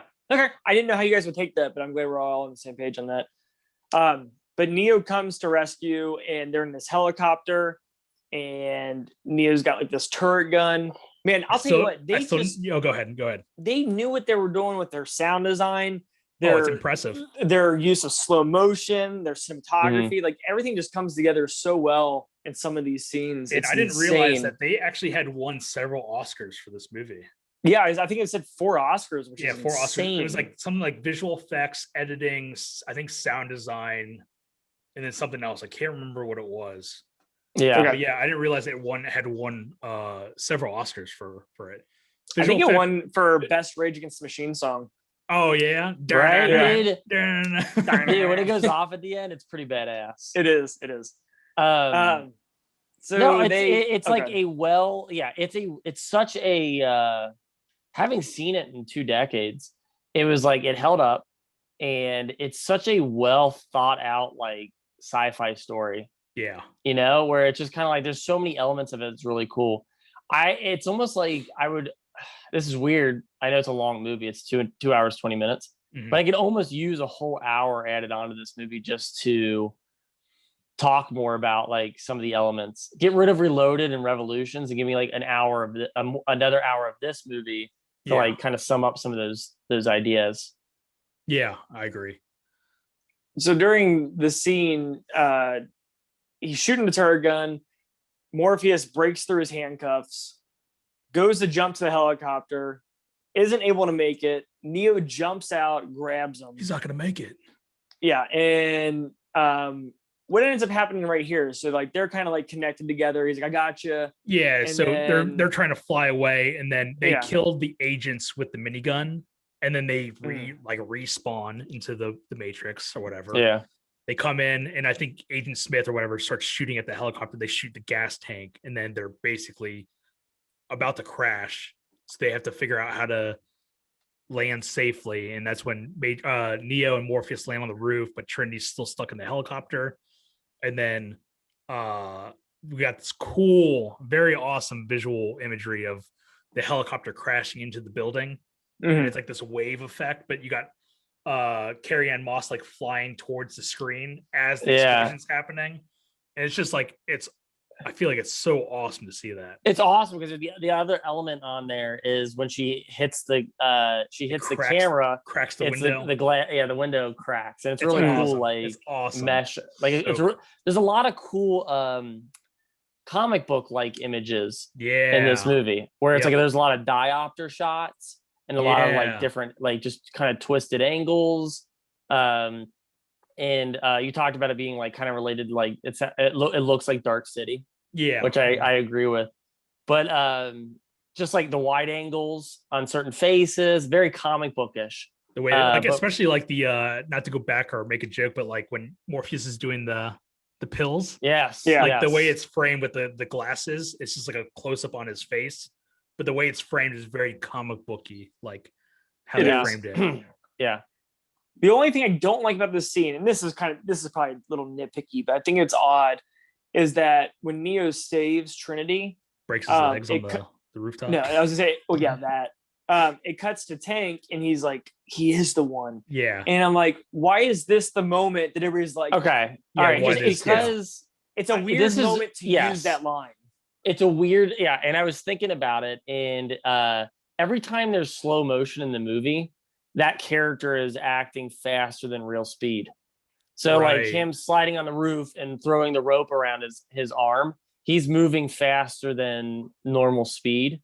And that gives away in the codec that he's really quick. And the same thing when he gets shot on the roof and he bends. Yeah. He's moving so fast, but it's showed to us in slow motion. Like, but he's moving so fast he's dodging bullets. The Wachowskis are portraying it as like, here's a cool visual imagery shot. But like when Carrie-Anne Moss or Trinity's watching the agent shoot at Neo, like it's going like all that happened really fast, like, so the operator isn't seeing it in slow motion camera, whatever. It's happening like in normal speed. So that's why it's like he just watched Neo basically wrap the thing around his wrist, like fly towards the thing, whatever.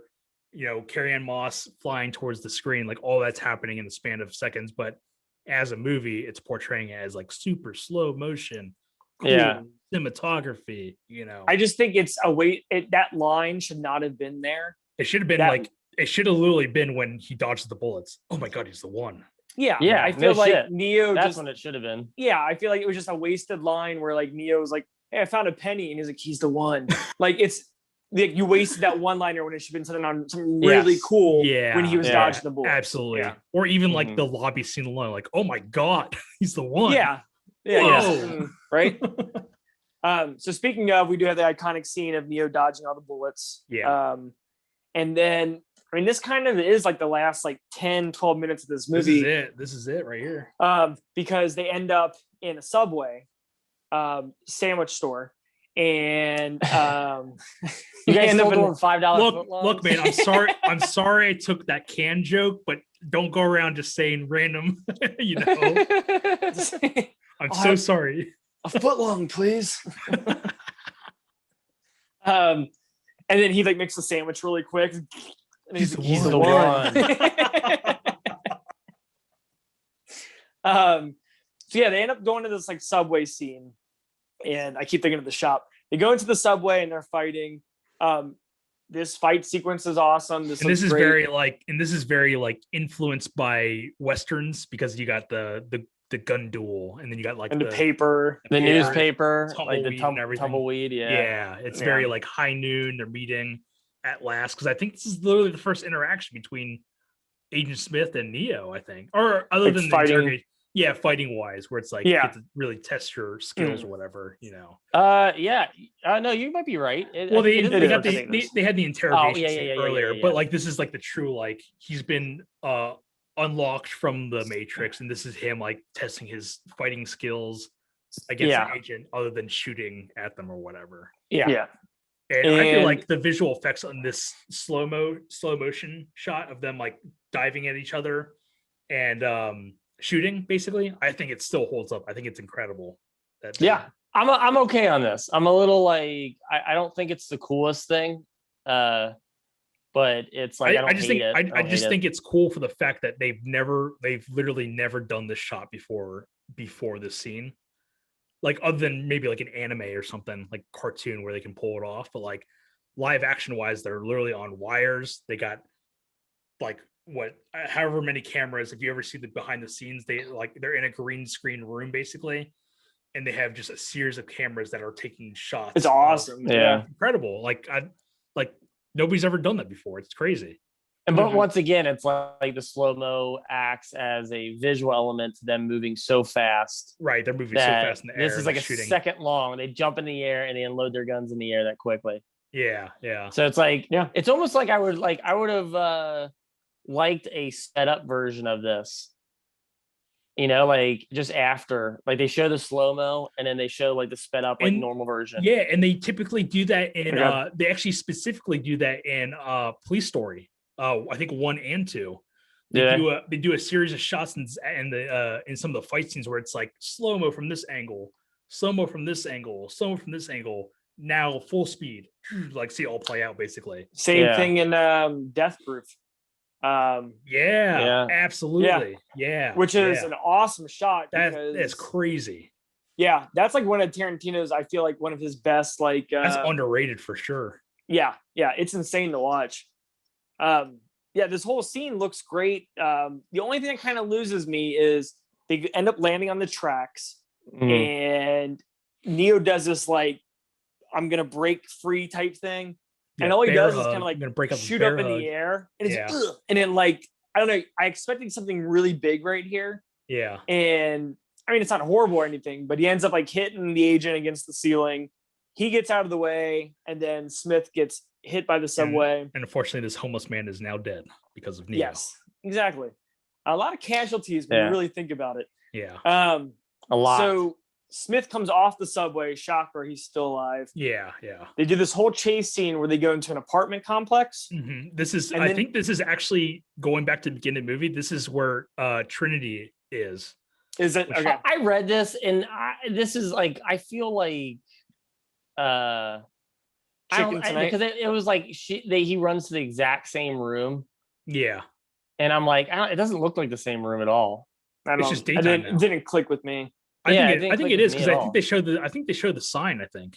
But the door that he goes through is on the right side of the room, and when you see that room in the beginning of the movie, the door is on the far end of the room, facing the table.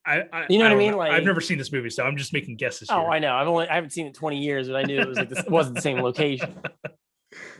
But yeah, I read that too, though, Honto, and I was like, I don't know about that, but it would be really cool. I think it's just framed similarly, like the hallways in the dark, the dark shots, basically. So, and I can imagine it being the same set.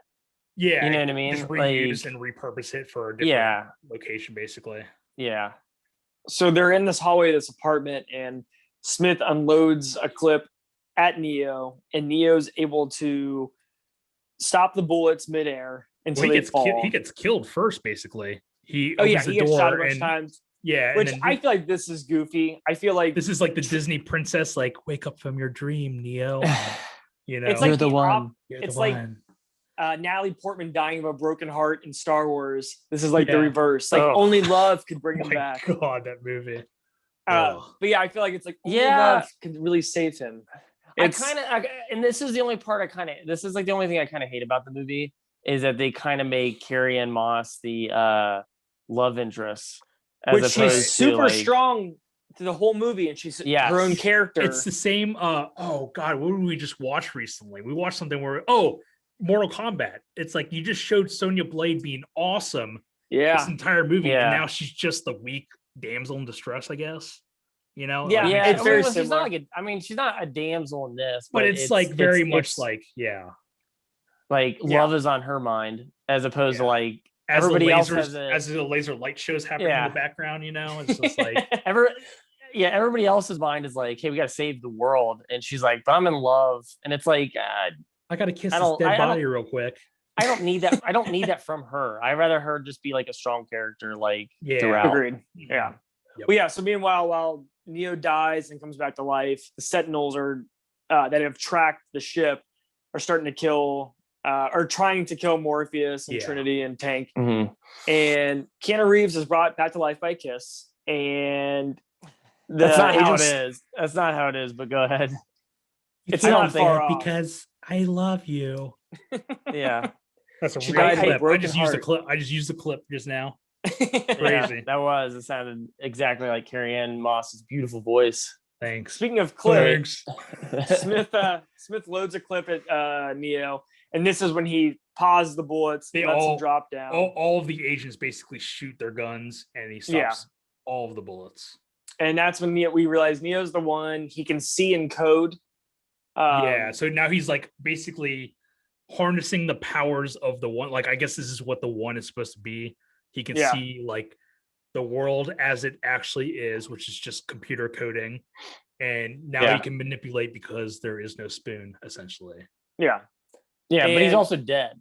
Yeah, he's dead. He's a zombie. He's dead. Yeah. It'd be great. It'd be great if he was just slowly decomposing in the Matrix throughout the rest of the movies, just like talking and like limbs are falling off. His teeth fall out like like he's like Brundlefly. Oh, gross! Like this guy's the one. This guy is the one. Alec Baldwin from Beetlejuice. Lydia. Like his teeth fall out. He's just talking and chunks of hair falling out. He's just like dancing around.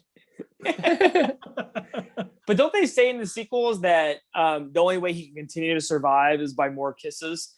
Hershey kisses, I think. He's got to eat Hershey kisses. I think that's the only way. Is. Yeah. Yeah. So let's talk about this scene. So Neo dives into Agent Smith, and it's very, very reminiscent of a Patrick Swayze movie called Ghost, where a ghost jumps into another person's body. I think you're thinking of Bill and Ted's Bogus Journey, which that's what I'm thinking of. Yeah, right? It's exactly what I was thinking of. Yep. He dove into him just like Bogus Journey. It turns out totally they pull scenes, they recreate scenes kind of like what Quentin Tarantino does. He pays homage to like a bunch of anime. That's exactly what it was. Yeah, cues from movies and stuff. This scene was specifically from Bogus Journey. The Wachowskis were huge fans of Keanu's work in Bogus Journey, so they're like, we got to throw in the scene where he possesses. We're dead. Agent Smith. Whoa! Whoa! Good one, dude. Dude, donuts. So he goes inside Agent Smith and he dives into him, and then he does this whole flexes basically. Agent Smith does this Jesus wept line from Hellraiser. Oh yeah. And Agent Smith explodes. And how does this look? This might be the only scene when his face comes at the camera. Yeah. I'll be back for the sequel. Yeah. It doesn't look horrible. It's fine. It's a little goofy. I think it's fine. I think it's nothing like, it's not like, doesn't take me out of it. I think it's just it's cool a little dated. That's the only thing that's dated for me is that scene. And then when it cuts to Neo and the scene looks like Jello, and it's like wah wah wah. Yeah. Those are like the only two scenes. I actually really like the flexing, like wong, it's like bends the world, and then the other agents are like, F this. They totally do. They do like the Looney Tunes like whoa. Like, which doesn't make any sense because it gives them human characteristics again. Like, you can't. Are they human or are they AIs? You got to figure out. I think it's like it's taking like the programs to the next level. Where it's like, oh, they're now afraid because of, which is, I understand. Like, they should just be AI, emotionless people, or not. Yeah. And this is like a real like, oh god, we got to get out of here, agent. Exactly. And they leave basically. Yeah. And this movie wraps up very quick because I feel like you get the Jello scene, and then it pretty much just cuts to like this voiceover of Keanu. It kind of like, I think it opens up kind of where you got voiceover seeing the coding. Like, I think it's basically him saying like, "We're gonna wake everybody up now," and then because he's like talking to the Matrix. Basically, he's like, "Look here, buds." Okay, like Laurence Fishburne's talking to in the very beginning of the movie. Trinity. His voice is he's talking to Trinity. So it's like it ends the way it started, but he's actually like talking to the Matrix itself and saying like, we're gonna wake everybody up. Yeah. Oh, okay, I didn't put that together. But then it cuts to Keanu, and he's walking down this packed city, and then pretty much just flies into the sky, and Raging's machine kicks on, and that's Matrix. What do they say? I always like wondered this in the song because I'm terrible with lyrics. Does it say "quit it now" or "come get it now" or something? I always thought it said "quit it now." Quit it now. Come get it now. Yeah. Yeah. Something now. Yeah. I think he says they were cans now. They were cans now. Oh, nice. I like that. Yeah. Yeah. They're huge fans of Pretty Speed good. at that point. So they had to figure out a way to incorporate it into the movie. Pretty good, guys. Pretty good. All right. So Matrix 1999, it has a 88% on Rotten Tomatoes. Matt, what would you give it? I would give it like a 90, between a 92 and a 95. So 93.5. Yeah. Cool. It's up there. I think it's an excellent concept. I don't like, it's not my favorite movie of all time, but it really did hold up for in the 2 decades that I hadn't seen it. Since I seen it. But I think it's an awesome concept and opens up this like universe and a world that no one's ever seen before.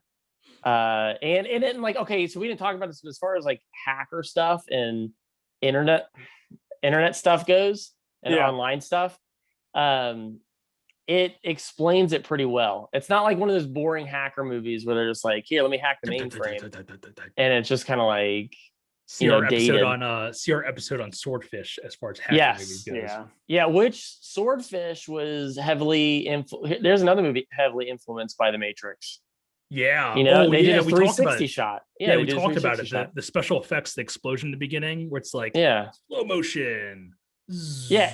If you wanted to describe to somebody what the early 2000s looked like, you'd show them like The Matrix as like the influence, and then you would show them Swordfish and be like, this is what people were dressing like, and what like they had soul patches and like everything was shot in 360. And it was like it's really crazy to see how much this movie influenced in those like that 5 years. Specifically, I think it influenced another Jet Li movie, Wire Fu, the one. They took a lot of elements, visual effects wise, like slow motion bullets. I'm so fast, like dodge the bullets, and like everyone's in slow motion. I'm punching the hell out of everybody. The Underworld movies. Yeah. Like a lot of that stuff, like around and stuff. Yeah, and it's all like black leather and wearing all black leather and trench coats. Leather's hot after the dual pistols. Mm-hmm. Yeah. Well, let's talk. Actually, I want to get Honto's review, and then I want to bring up the movie. I'm going to write it down so I don't forget. So Honto, 88% Rotten Tomatoes. What would you give it? This is like 95, 98 territory. This is, I mean, no joke. This is like one of my favorite movies. And I know top 10. It's up there for sure. I've seen this movie a lot of times. Have you ever done your top 10? I haven't. No. Okay, Chris, have you ever done your top 10? Yeah. I think I have my top 5. Okay. All right. Sorry, Honto. Keep going. Oh no, I'm just saying. Like I've seen this movie a lot. It's currently tied. You guys will make fun of me, but I've seen this movie the most times in theaters, next to Mad Max. They're even. Yeah. I've seen them both 6 times in theaters. I'm an effing dweeb. I'm sorry, but I love both those movies. This movie especially. I think it's awesome. I think it's groundbreaking for cinematography, visual effects, and just storytelling in general. I know we talked about some of its faults briefly, but I still think it holds up. I can watch this again at any point in time, and just the rewatch value is just high for me. Yeah, this is one of those few movies where I can just watch it, be totally fine. Okay, so Matt, you give it a 93, and Honto, would you give it? I'm sorry, like I'll just say 95. 95. Okay. I think, yes. I mean, you guys already covered most of it. I think the rewatch value is really well. Movie goes by really fast. I'd probably give it a 90. Yeah, I think there's really not anything I don't like about it. We talked about it. We talked about the whatever issues we had, and they're minor in comparison to the, But to compare it to something else, I know we've all seen this, but Equilibrium.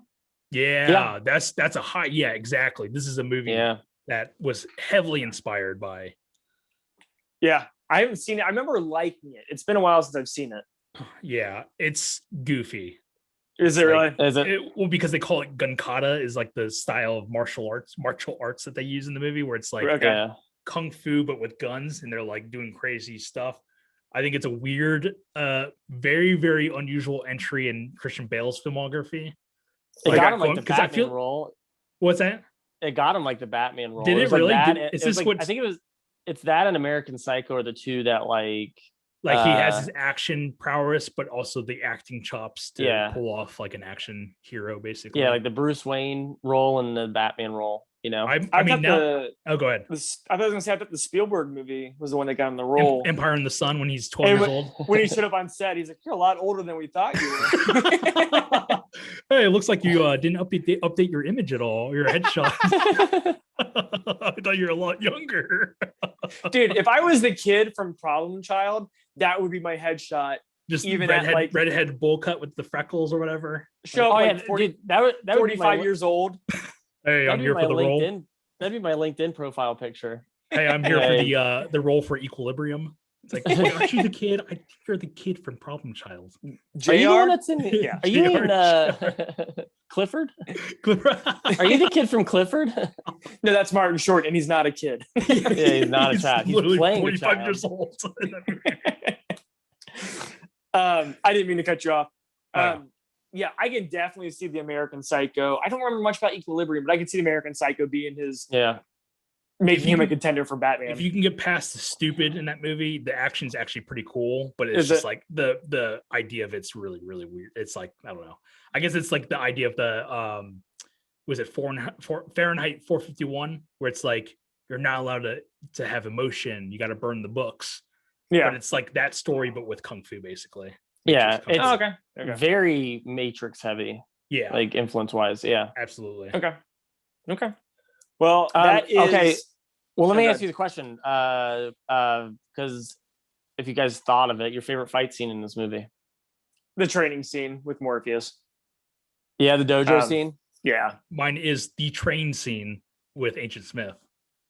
Okay, I think mine might be the bathroom fight. That bathroom fight is pretty awesome. Yeah, it's pretty cool. It's pretty like badass, like just the tight quarters of it. It's also like pretty raw, like as he's hitting his face on the sink and the toilet, which is like there's a lot of cringe moments when I was watching. I was like, oh, that would hurt. Like yeah. I think what does it for me in that scene, because I think that's also probably my like second favorite. I think what does it for me is that they don't slow down any of the shots like they do in the train scene. Yeah, like I don't know if they slow down the dojo scene, but like they show a lot of like impacts and slow motion, but like in the bathroom scene, it's like all happening at once. Like they don't do any special effects. Like they do a lot of wide stuff. I feel like they do this in this movie. They do a lot of wide shots, so you get to actually see the actors fighting. And it's not like it's not the 2-shot thing where it's like you throw a punch and then the next shot's the contact and then cut back. And they do that a lot in Matrix Reloaded and Revolution, specifically Revolutions, because I think in the last fight scene, Neo punches Agent Smith in the face, but it's like CGI. Smith, and it's like really weird looking. Yeah, like it's like obviously a 3D rendering of Hugo Weaving, but it's like showing the impact of the punch. And it's like clearly just not real people at all. Really? Yeah, it's very weird. It is bizarre. But yeah, so that's Matrix 1999. I do want to point out we are on, depending on who you talk to, I know me and Hanto will agree, but maybe not Matt. We are on a complete streak of doing great movies. Like the past 8 we've done have been awesome. Take Matt out of the equation for Ricochet, but it's all. I'm all about not quality of movie, but quality of discussion. If we're having fun, I think it's. Yeah, because I can still talk about Matrix, but we got to cut this one off because I think it's like a 2-hour episode now.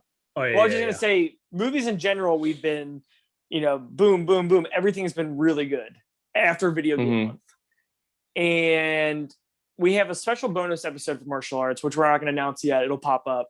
But I think this might be the movie that ruins that streak. Kills the streak? Not for me. Really? Not for me, yeah. Though. I have a feeling it's going to ruin the streak for me. I have a feeling like we're going to end up talking about a lot of stuff in this movie, and it's going to be very interesting. So you're going to be surprised. I think it's going to be a lot of fun. I think it'll be fun. Don't let the quality of the movie, let the quality of the discussion be the instigator of like what determines a great episode. What? Yeah, Morpheus said that in the Matrix. Quality of discussion versus quality of movie. Ricochet that's a visual gag for all you people watching YouTube. That's a visual gag. So so we're gonna wrap up the Matrix 1999. If you have any requests, we do have some. We're going to start going more into like specific months of like our genres or our actors, whatever we're going to do. Helps us narrow down what movies to actually cover instead of picking random trash. Yes, it makes this podcast more enjoyable too. And hopefully, this will be. We're coming upon the end of winter, so hopefully this will be it for the virtual stuff, and we'll start being able to get together here soon in the future. Sure. And doing them together in the same room. And yeah.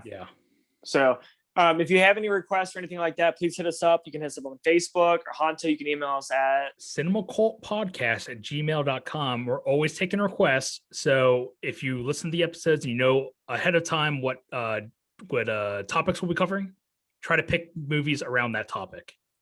We'll throw it in. We'll throw it into that month. Yeah, so for sure. Yeah, because we got a couple of requests coming up that we're. Yeah, we got a request. So far, it's like. Oh, go ahead. For the next couple of months, I think we've got a couple of requests. So yeah, we do have a handful going. So let's keep that trend going. We hope you enjoyed listening to this because we love doing it. I'm Chris. I'm Matt. And I'm Honto. And we'll see you next time. Why? Dude, we were so close. I was just thinking like 10 minutes ago. I was like, dude, this might be the episode where we don't have to edit it. Like, now we have to edit it. Okay, we can keep going. No, it's too late. We already have to break this out. Let it go. I was good. Yeah, maybe this will give me some time to think of something. I'm gonna eat a yogurt. Did you? Maybe this will give me time to think of something.